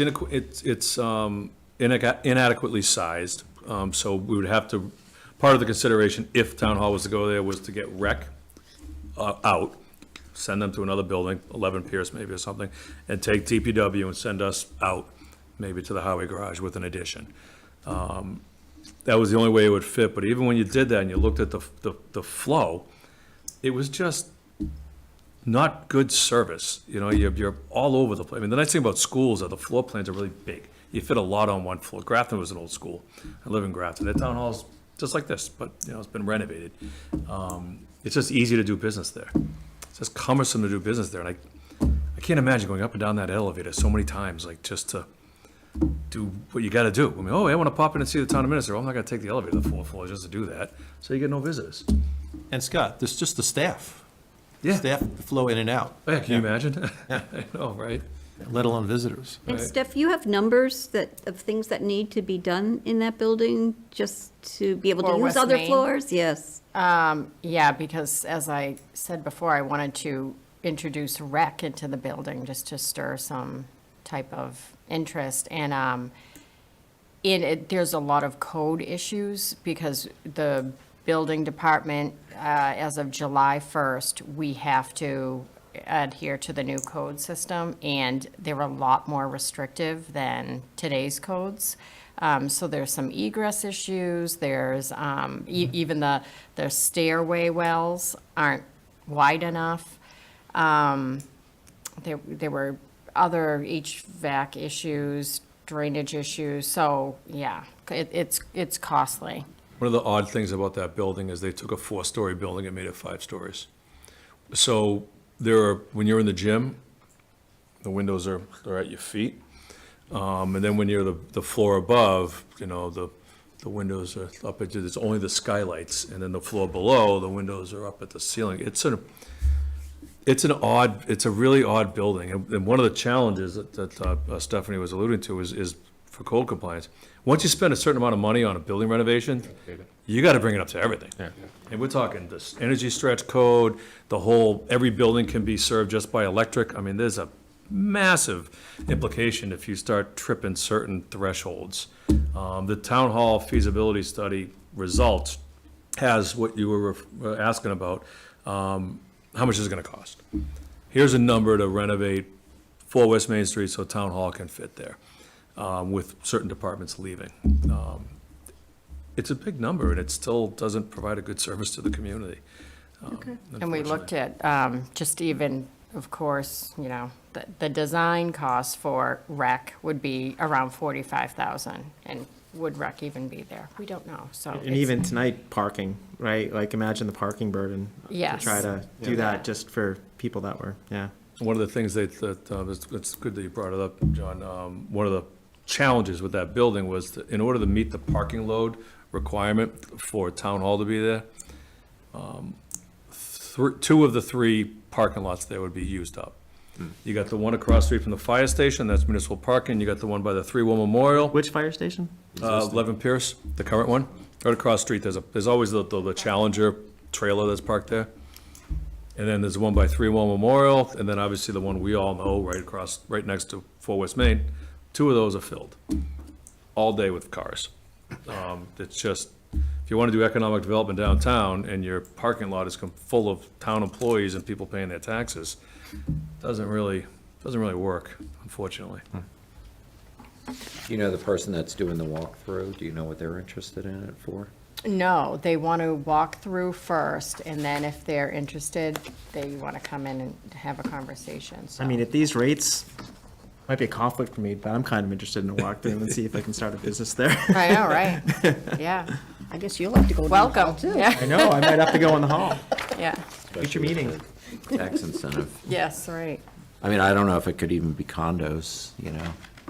I don't know if it's zoned for that or would have to be or not, but. Yeah, we could, and the only way we're going to get funding from the state or federal grants is through housing or introducing commercial. So it's for economic development and housing. So if we, you know, set up shop over there as town employees, we would get no funding. So I met with Kerry Salwa from CMRPC today, and there's quite a few grants and for that type of development, but we'd need to pull somebody in because when we do the work, we have to adhere to prevailing wage, so it costs double the amount than somebody else to come in, a private Yeah, I mean, investor. I would almost think maybe leaning towards like selling the building, you know? I mean, if it's gonna be a drain on us and we paid 10 grand for it. Yeah. We could sell it and buy some trucks. Right, which is why I think the select board were saying, okay, well, in the RFP, decide what you want. Mixed use, half housing, half commercial, all housing, who knows? So, yeah, It's a nice looking building. it is, it's I mean, I beautiful. bet some condos would be awesome. Yeah, Well, the building, the predecessor was that, Yeah, and the building was built to resemble somewhat that architecture. yeah. When it burned down in, what, 84, 85, I think? Yeah. Yeah, the floor to ceiling height is a challenge for any office space. It's more attuned to residential. I don't know if you've ever been in the gym there, where you almost feel like you're gonna hit the ceiling if you're lifting weights. I think they're 7'9" ceilings or something, they're very low. yeah. And then they have a little kiddie room with mini tiny rooms, so it was just built for whatever they were using at the time. So it's the oddest setup, Kind of bizarre. yeah. Well, that's all good, really good information. Thank you. Folks, anything else for Scott? I have I one just- question. Yes, no, go, please. Is it sewer or septic at Peasley? Peasley is septic. Okay, thank you. Peasley All septic, right, all right, thanks. John? 3 unrelated things, but for you. I think one of the things is, and I don't know how to do this, so maybe it's more of a conversation. I think it would be useful when we look at the town office HVAC, the $500,000, a lot of the rationale we talked about is not on here. And one of the things that resonated with me is that we plan to use this building for 10-plus years. I think we should call that out, and to make that clear. To your point, we typically have a dialogue in our report about the specific articles and where something's got a useful life or whatever. So I think we put some dialogue in that line item, in that warrant item when we get to it. Yeah, and just don't want to lose the thought because Yep. just have it captured. But I would Yep. think that would be useful to make sure these are things, information changes a lot. The other question I had, and this is, I mean, maybe not material, but maybe it's just form. So the $470,000 that we're asking for the funding gap, we're asking for 5, it says 470, it impacts our taxes, like, why not just put 470? We can. I mean, the 1.25 number is budgetary only. So the 5 may even be, unwarranted. It may be 1.2, maybe 1.3. Sure. So, 470, I don't know where the bid's gonna come in at. I mean, I'm indifferent on that one. So, yeah, 470 is absolutely fine. And then the last, this is just for me, I mean, I heard a tip conversation, it's got some experience over here, some experience over here. And then as I was listening to that conversation, and I think of some of the roads we have to get to places that have businesses on them, like Hudson, Church, do those qualify? Like, when you're talking, and I don't know the segments, but we got a farm on Hudson, we've got industrial, we got a business there, we've got this, should we be forward-thinking on grants and things like that? Hudson Street would be applicable. It's I don't say a thoroughfare, but it's a busy road. There would be a benefit or check on the good side for the aqueduct, the accidents at the aqueduct. I've always wanted to separate the lane and put it through the next opening and have, the 2 openings used. Yeah. That would be a viable TIP project, probably. The right-of-way would be a huge struggle with the 2 buildings. The first one by River Street, the big red one there by River Street, and then the other one over by the waterfall after Allen Street, just because they're right on the roadway. You probably have to shift the road alignment. I to walk it all other the side. time, and there's a lot of trucks now, and there's not a lot Yeah. of room. And there's not a lot of room to actually go in people's yards. Right, I mean, the rest of it's pretty simple to widen up, maybe by the Yellox Field, maybe a challenge, because you got the huge slope there. Yep. But that would be a viable TIP project. And do we organize to apply for that stuff, and we got people thinking about it in terms of how they do their jobs? Like, how does that happen? Ask me. Okay. Let's, can Pretty we, simple. yeah, Typically, the can- select people direct the DPW to apply for it, and then there's a long process. It took us almost 8 years from the day we applied. It's fine. To the money came, but like I said, financially, it's a huge benefit for the community. Unfortunately, time goes by quick, and it'll be It here, does, so it to does. do it. I mean, I guess my whole point is if there's ways to lean into some of the things to access state money, I just love that mindset. Right. And if there's a way for us to think about that, I don't know. We can start it here. Yeah, that's kind of, I think this, If the committee makes a recommendation to the Board of Selectmen that they think that that'd be a viable option for them to look into. Yeah, Scott, I We can think- put it into our report. yeah, and Scott, from your perspective and your experience, like if there's things that you feel are viable, and not to say that they'll wind up coming to realization, might find out they're not for some of the reasons you explained, it would be really, I think, impactful to just be like, here's some potential things, and that could help with our conversation on how we link up the roadways and more of a master, not a master, but yeah, maybe a master plan on sidewalks. Yeah. It's help on the strategy. Yeah, no, that makes sense, and I'll certainly do that. And, Appreciate yeah, that. If there's a recommendation from, this committee to the select board to say, TIP is a viable funding mechanism, we would encourage you to consider that for some of our more well-traveled roadways, such as Hudson Street, has safety issues with the aqueduct, and I'm sure there are others in town I'd be happy to engage that conversation with the select board and look at that area as well as others.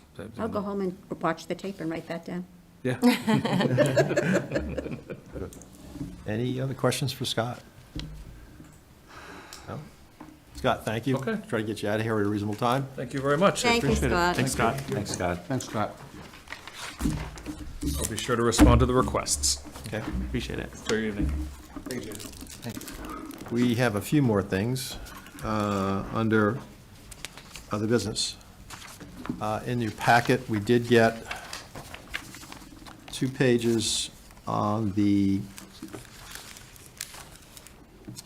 proposed units to be built at the senior center, Village Drive, excuse me. And there are the 3 quotes here from builders 1, 2, and 3. Total cost per square footage, et cetera, project site costs, et cetera. Everyone had a chance to take a look at that. Can you remind me what, this is what you're talking about, I assume the floor plan? There's a second page, John.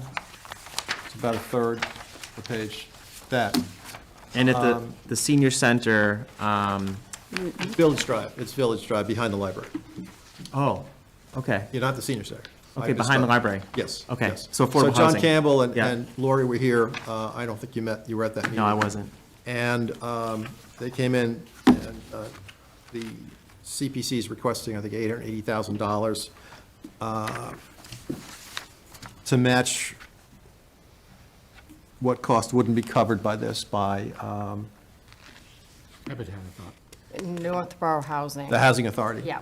And so we had asked for some further information. That's what this is. Thank you. Yep.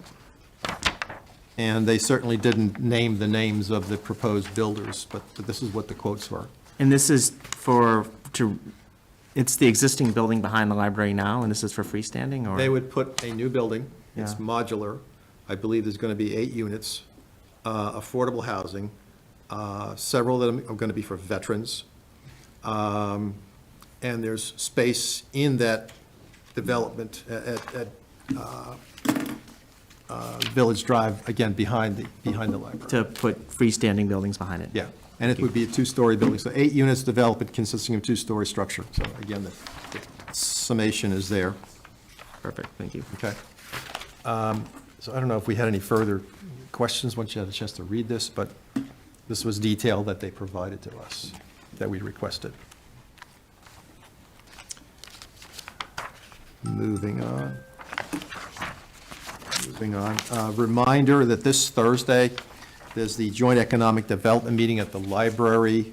I believe that's at 6:30. The Appropriations Committee, the Select Board and our committee have been invited to that. Presentations from the Mass Office of Business Development, the Marlborough Economic Development Corporation, and Mass Development. Possible initiatives improving the economic well-being in Northborough. So some of the things we kind of talked about, I would think that bringing discussion about 4 West Main are there, but there's a proposed idea on, in effect, tax incentives for new businesses, right? Yep, Yep, TIFs. That's what Meredith from the Economic Development Corporation in Marlboro, she's going to come in and give some great examples that have really helped them. And Kevin from the Mass Office of Business Development, he'll bring a lot of information for us, what, whether funding or other initiatives. And Rob Anderson is from Mass Development, and he's going to bring in some ideas of PACE. And I forget what the acronym stands for, but basically, if a big business comes in and they come in with a sustainable approach for green, so if they provide solar, they fit their building with certain types of efficient heat or weatherization, then they would be given a tax incentive, so it kind of helps to bring them in, and they can provide for certain financing needs that could beat any bank, so. Okay. Do you Again, anticipate that's anything for Thursday. town meeting in regard to this, Hopefully. Yes. we'll move it fast, is that what he's saying? Yeah. I think it's a good point to educate people before town meeting. I So believe in that's- educating. Yes, right? I know. Yeah. And Marlboro has had some economic development money that they've done to partner with businesses. They bought, I think they gave money to the prior owner of Flying Dreams to come in and to do some things. Is this EDC you're speaking of in Marlboro is it's a private business, right? It is. It's so interesting. It's not a town department. So Yeah, so it's yeah. the Economic Development Corporation Yeah. in Marlboro. Yeah. And are they doing this pro bono just for awareness or? Yes, because they want to be good neighbors, and there could be projects that Yep. could benefit them as well as benefit us. So, yeah. Looking she's forward to really- Thursday. Really nice, yeah. They have an impressive board of directors. Who's on it? Oh my God, of just about everybody that owns something in that town. Really? Is that impressive? Yeah, I don't know the owners of property in Marlboro. But it's just people that care about their town and trying to develop it. Yeah, they got a lot of good people. Just not familiar with them. Okay, so that's Thursday. Jason, you've given us an updated capital budget, and there's a pie chart in here, among other things. Yeah, so I would just call the attention to the piece of pie that says enterprise fund free cash. That's actually misleading because would actually break into two pie pieces. One would be borrowing and one would be enterprise fund free cash. Just due to the movement of the $650,000 to be a borrowing authorization. There's really nothing material that changed within this between the last time we met, so I don't feel like we need to spend a lot of time on it unless anybody has any questions about it. Another change for the next week was that I'd heard from the police chief that he got a lower bid on one of the three cruisers that are included within the $190,000 that he's requesting. So that amount will change in the next round where this is printed to 175 rather than 190. So there's small changes around the edges that are happening. within Lesser is these better. numbers, but- Yes. But nothing material to report other than that. So by my count, there's 24 capital articles to go to our report and ultimately to town meeting. 2 in the fire department, 2 in the police department, 3 from town departments. Scott's got 10 at DPW and water and sewer, 6 through the K through 8 schools and 1 at Assabet, at Algonquin, excuse me. 24 articles. So when do you think we'll be able to do a first draft of our report? Again, we've got a deadline next month. We're going to meet with the 2 chiefs on March 11th. Yeah, I would say soon after the conclusion of that March 11th meeting. Okay. And I would just also, at this point, bring up that there's a capital request for a cable server in here as well. I did see We that. haven't scheduled the cable director to come in and Right. speak, but through the chair, if it's okay with you, we'll ask him to come to the March 11th Yeah, it's at the meeting. March 11th meeting. It should be pretty easy. That's our peasy. next meeting. Correct, yeah. Yeah, thanks. Yep. Correct. John, this might be a good segue, and you don't have to answer now, but the select board wanted me to ask if you, as a committee, had any interest in consolidating the capital articles? I did see Mitch's email, Okay. and I wasn't privy to the discussions last night. Are they proposing that for this year or a subsequent year? Do you know? This year. This year. I saw it. So I'll paraphrase this and keep me honest on this, Stephanie. Yeah. Apparently, with the goal of trying to keep town meeting Brevity. reasonable and not Yeah. going several days or weeks or whatever, would we consider combining certain articles together and the town voting on them as a group? So for example, some of the 10 articles that DPW Are you has, referring to a block? I guess that's a good phrase, yes. Instead of doing like Article by one article. article. Right. We're gonna do them as a group. Right. Yeah. And if somebody wants to oppose one, they can Then- say something to then the the moderator, and they dialogue- can the bring dialogue goes exception from to there. that and talk about it. Yes, I believe that's Yeah. the intent. And the question is, would we want to do that or support that as a committee? I don't think we have to decide on it now, but it's to be digested. And then the same thing goes for the planning board on the planning articles. I think 20, well, that's right, so 24 articles are in our purview. That seems in line, is that right? Is that basically where we're I last haven't- year? I haven't looked back in don't know. I think terms they of were the counting the numbers. CPC articles also, as, they were looking at those as if they were capital articles, so they were thinking they were 47 or something, some large. Total articles, I think was 52 was the number. For me, watching it, there was an evolution of the discussion where they wanted to lump all the capital projects in one place. And I said, what? And then it got to the idea of doing them by block, doing by department, which I think if it's really about time, this particular group of leaders is very into transparency in communication. So I don't want to shortchange discussion for people at town meeting. I want them to feel comfortable that they can ask the appropriate questions for the articles. So I don't know if it will be off-putting to the people that come to town meeting, but I personally don't mind if it goes by departments. By block, you still have the opportunity Right. to hold an article and speak to it. Again, I don't want to keep, where I came from, our town budget was done that way. Here, you just approved the budget, and we did initially by line item. It took forever. Yeah. Oh, I terrible. see that it could be very good, especially if you keep it by department, so that the fire chief is up there to answer all the fire questions that do come up. And you're not getting people getting up from a chair each time. If Which it he was is all- anyway.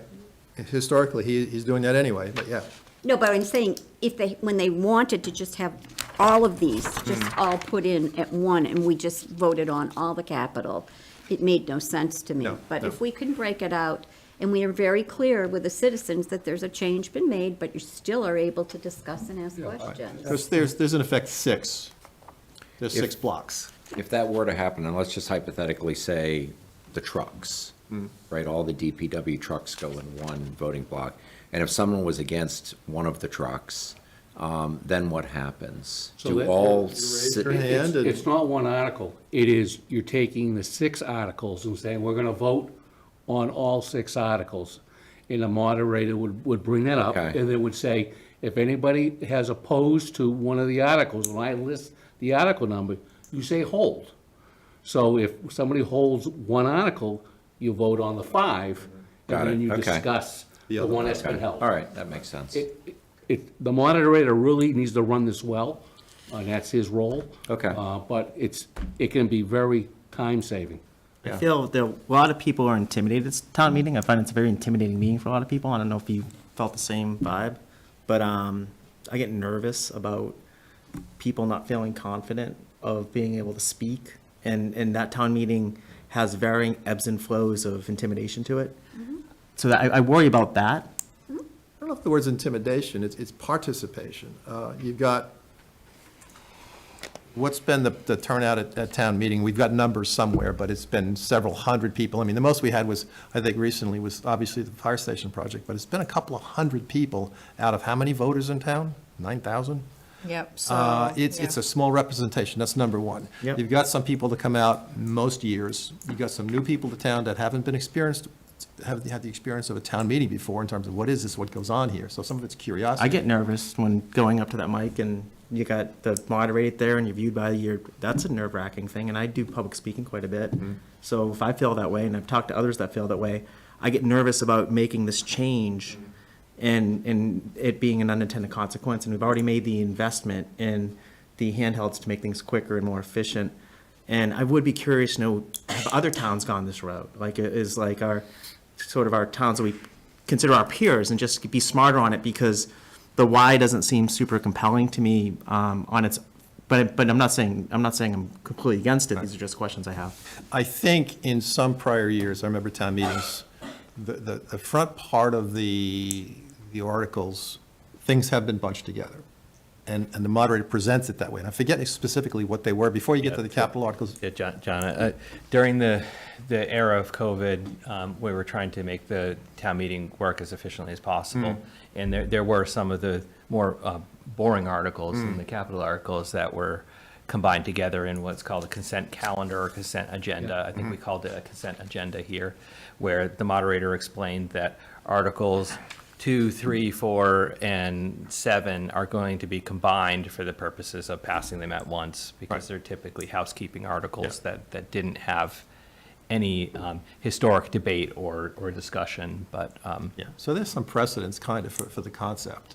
I mean, for me, I also, did they mention that they wanted to have a conversation with the town moderator? Because it is his town meeting. Yes, I have actually reached out to him because typically the moderator, the town clerk, myself would meet and discuss prior to. So hopefully we can meet sooner than later and he can have his say in this since it's his meeting.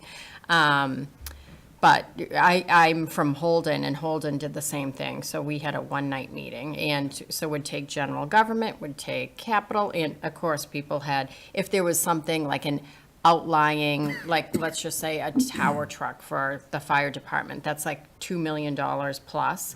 So of course, we would make mention, it's $2 million more than typical because this was the year that we planned for the capital purchase, yeah. So it worked, but. It's interesting, the feedback that I've received on town meeting tends to be like the stuff that people really care about, that want to vote on, is last. And it's either 11 o'clock at night or it's the beginning of the next night when we go over. If we were to do something creative, I would much rather look at bringing the things that residents are passionate about forward for better attendance than to efficiently go through things that. Well, if you remember town meeting this past April, the 432 Whitney Street acquisition, there was a lot of people there for that. There were a lot of people from the neighborhood and the area, and people got up and talked. But once that was voted on, a lot of people left. So you'll see some attrition, depending on people's, pet projects or things that they're hot buttons. It's true. And that's what they typically do, is put it at something that is controversial at the end to keep you, because then we wouldn't have a quorum for all the other items that come after, and, Yep. yeah. The two initial Board of Selectmen members that were advocating for this had heard complaints that town meeting was way too long. And I don't know how many people come to them, 5, 10, 100? I don't really know.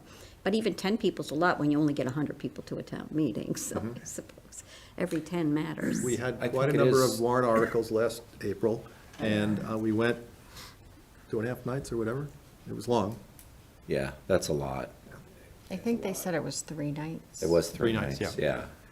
And that's crazy. Like, and to go, because you're talking about starting at 7 and going till 10 or 11, There's a cutoff. right? Scott, there's a cutoff time. Whatever it is. You know what Mitch mentioned that I loved, is that nobody wants to do an extra town meeting, because that's just not been the way we've done things in this town. But he mentioned maybe doing the planning board issues at a Separately, separate separate meeting. meeting. And, because that's what grinds out at the end, and it's a lot of words, and people are tired.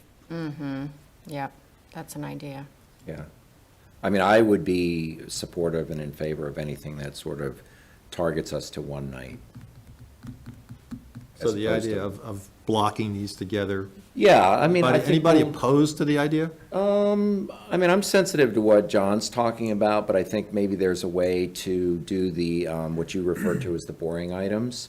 I think we'll have a sense of the passionate items to the extent that there are, and maybe those stay standalone, and some of the boring items get blocked. You could have a boring night and a passionate night. All one night. Get munchies for All both things are nights? relative. That's great. Get some town-supplied munchies for both nights? So Stephanie, what was the expectation from here?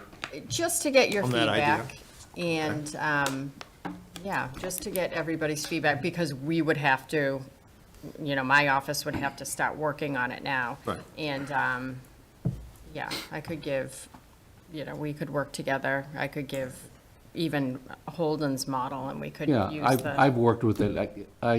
Yeah. It's a model that works, it can streamline the meeting, still allows discussion. I'm an advocate for it, and shorten that timeline down. I don't really care, but I do like process, and I do believe the town moderator should come in and have a conversation Oh, absolutely. about It's his this. meeting. Yes, it It's his is. meeting, he runs Yeah, that, yep. so. Okay. I've got one more other item, unless anyone else does. So one of the comments we made here at the last meeting was the categories in our report. If you recall, there's a table. So we got the warrant article number, we've got the dialogue on what the article is, how much the capital request is. There's this priority 1, 2, 3, or 4. That structure exists, we've used it before. But we mentioned something that I'm calling criticality rankings in addition to this priority.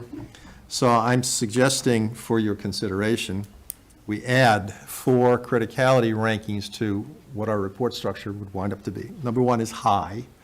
Critical infrastructure or equipment with public safety or service level implications. Medium, equipment needed to be replaced or upgraded. Low, scheduled maintenance, improvements or repairs, and if not applicable. So like the White Cliffs debt service, the Blake and Pierce Street improvements are probably an NA for now, but does something like that make sense? What's the purpose? Again, the dialogue that we had in the last meeting was to give the audience, the select board and the town,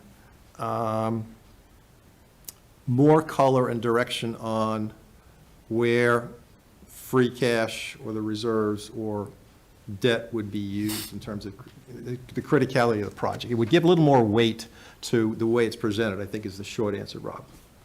Or if we were even willing to incur debt for a particular project. Like, do we want to incur debt this year? I like it. I think that is helpful. Yeah, because I think what we're doing now is we're really applying a category, saying it's public safety or municipal, some type of municipal need. We are voting, the vote could be our critical either we're in favor or not, but even if we were in favor of it, which ones do we think are more important than others? Yeah. I think it's something we should do. So let's include this with the next round to the committee, Jason. For more Yeah, discussion. For more discussion, yeah. And again, I drafted this after thinking about it, just for a straw man, just for discussion. Could you send it to us so we could all take a look at it? I'm on kind of like a visual Fine, person. I'll do that, no problem. Yeah. All right, easy enough, Sounds easy peasy. So our next meeting is with the chiefs, the police and the fire chief and NCAT. Yeah. On March 11th. That meeting, 6 PM, is it? Yeah. On that, it's a Tuesday night, I believe. Correct. That's the last one. And then after the meeting, there after that, we'll have drafts of our report. Yeah, well, We're going to have to have another meeting after that to go through it. Commentary on the structure of the language, these rankings we typically go through, is it a 1, 2, 3, or 4? Can you dance to it or whatever? We have to go through that exercise and then conduct a vote on each one. And again, there's 24 capital articles. So we're going to have a meeting after the 11th somehow. And maybe we should look at starting to calendar that now, because we've got a hard stop to get this report to the select board by, is it the 24th? Yes. Is that right? 24th, yeah. Are we waiting for any information back from the schools? Have we gotten everything we need? They did have one TBD in their list of articles, which was security cameras, and I Not heard anything. had not, well, I have, my last conversation with them was they still were waiting to get a quote back on that. So the 24th is a Monday, which means we'd have to get our report, go through, we went through, I think, 2 iterations on both the April and the October reports, and get it done, for the 24th. So that only gives us between the 12th and the morning of the So- 24th? You so love getting things at the last minute to read, right? Absolutely. I'm a voracious reader. No, I'm talking to the Board of Selectmen, giving it to them the morning of their meeting. Yeah, but Give it the we afternoon of the gotta vote on meeting, it. as far as I'm concerned. We got to vote on it as a committee. Right. So not to push any more work on anybody, but the sooner you get going on that, the better, right? You can do drafts now, because we know what the articles are going to be, Right. right? So we're going to have our Yeah, vote I mean, done. For the 11th, I mean, we can have a template of the report Yeah, together yeah. at that point. That would be nice. That would be good, beginning. We're going to have our vote by no later than the 21st, which is a Friday. So do we want to pencil in a date on the calendar that week, just for now? Why aren't we having a vote on the 11th? That's our regular scheduled meeting. Because we have the chiefs coming in. We're going to have a long night that night. We're going to have to go through line by line on these things and review them and potentially make some wordsmithing to them and then voting on it. So that's going to take some time. No, I'm, March 11th. Y'all wanna do it right? on the report- 11th, The report is due on March 24th, right? Correct. So we should be voting on the report on March 11th. We got more runway space after that. We've got to put down more meetings. Yeah, that's my point. We need We need more at least meetings. one other meeting, maybe two. We had said last meeting, we probably would need 1 or 2 more meetings. Jason was talking about having to go to Tuesdays and Thursdays between us Yeah, and I think appropriations. Perhaps with the 13th work, to. So how feasible is to have the early semblings of a draft by the 11th? Not March 11th, No, you're not talking a draft by March 11th, Yeah. right? March 11th. You got to do it sooner than that, I'm saying by March 11th. okay? By or before, how's that? I didn't What's see as the- much bickering with the old regime, just to say with the chair. It would seem like better. I mean, This is constructive dialogue. I'm giving you a hard time. What's the probability of us getting some semblance of a report to discuss on the 11th? So we get the chiefs done and then we get some more brain power. Yeah, I mean, I don't see us having any additional articles being added, so we can build out the template for the Okay. report. So let's spend time on the 11th to review and beat up whatever we have by that time, with the expectation that there's going to be some more wordsmithing and work done on that. The criticality would be the scale that you're employing to assign the priorities to each one of the articles Right. that are going to be in that report. Right. And I don't know if people will be ready on this body to vote on the same night that you're still hearing presentations and may have questions, so. I don't think so, Yeah. and since we all got jammed last year, I don't want to do that again. I don't want to be a party to jamming this through again. We want some time to digest this. Okay, no dance party. But can we calendar a meeting or dates the week of the 17th? Can Just- anybody just- do the 13th? He just threw out the 13th. 13th works for me. Yeah, I can do the 13th. 13th? You too? 13th? Yeah, that'll work for me. All right, let's do Scott, that one. Scott, Rob, that's a Thursday? What do you got the next week, just in case the 13th doesn't finish it? Well, my calendar is suspiciously open, but I don't think it really is. I was going to say, what happened? I think it really is this open, so. Suspiciously open. Never heard that, never heard those two in the same sentence. And then if, I'm open to meeting earlier too, if 5 o'clock start, 5:30, depending on what we need to get done. It all depends on what's going It on. all depends on Oh, other. and department head? Well, if it depends On on the the, 13th, On the people third- meeting, on the or- 13th, or Yeah, in 5 general, would I be don't know. great. Can anybody be here at 5 on the 13th? Oh, yeah? Okay, Scott? I think so. Rob? You're Jason. yeah, that's fine. Ken? Susan? Oh, yeah. Right, John? 5 o'clock I'll on be the here anyway, 13th? so. All right. And then, do we want to calendar another date, the week of the 17th, just to get it out there? And we can always, if we get stuff done, fine, otherwise, I don't want to run out of time, we can always. Give us a date. And Sure, I then it'll mean, be a free day 18th? for you if we I don't think use the it. 18th? Tuesday would be devoted to appropriations that week. The but, 18th? The 18th Okay. would be, is out. Maybe take the 20th? That's why I say 19th? suspicious, because the appropriations meeting isn't on my calendar for some reason, but. It wasn't on mine either, but John, I'd like to have us have some squish room, rather than having a day to put everything to bed. Yeah. Do you think the 19th, the 17th? The 17th or the 19th, Monday or Wednesday? Sure. 17th, Monday? No day drinking, that's St. Patrick's Day. St. Patty's Day. Is that St. Patty's Day? It's St. Patty's Day somewhere. at one Yeah, time. for the Irish. I can't guarantee it. he's already wearing his green. Yeah. He's ready. guarantee Yes. All right, so the 13th at 5, the 17th, let's say same time, does that work? Sure.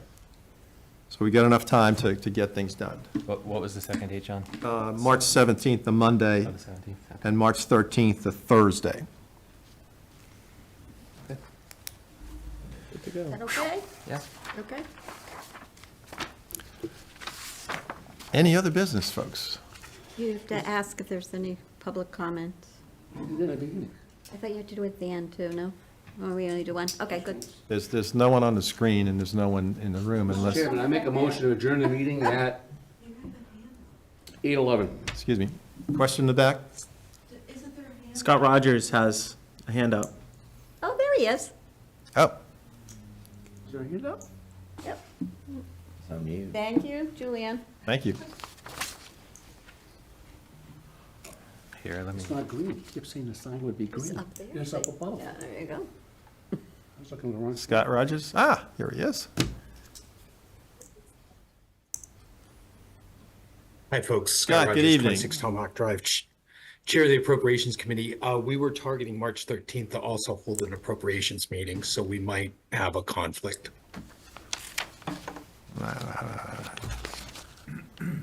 Good thing he's listening. But that's something we can work out in the background with staff, Please for us to- depending on departments being ready to present their appropriations on the 13th or not.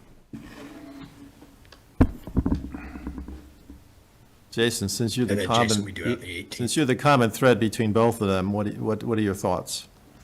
Well, we could meet for an hour. Stagger the time?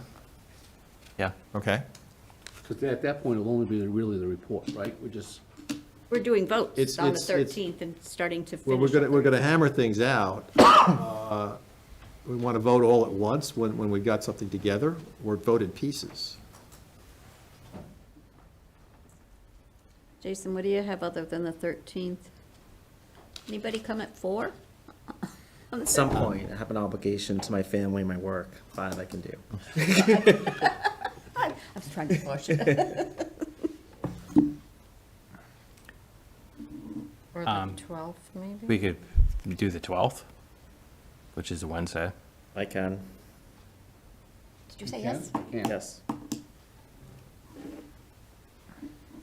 So the 12th, Wednesday? Did you just say you can't? No, I can't. Oh, okay, good. I was questioning what John was saying. So we have a meeting the 11th and the And the 12th, and then the 17th.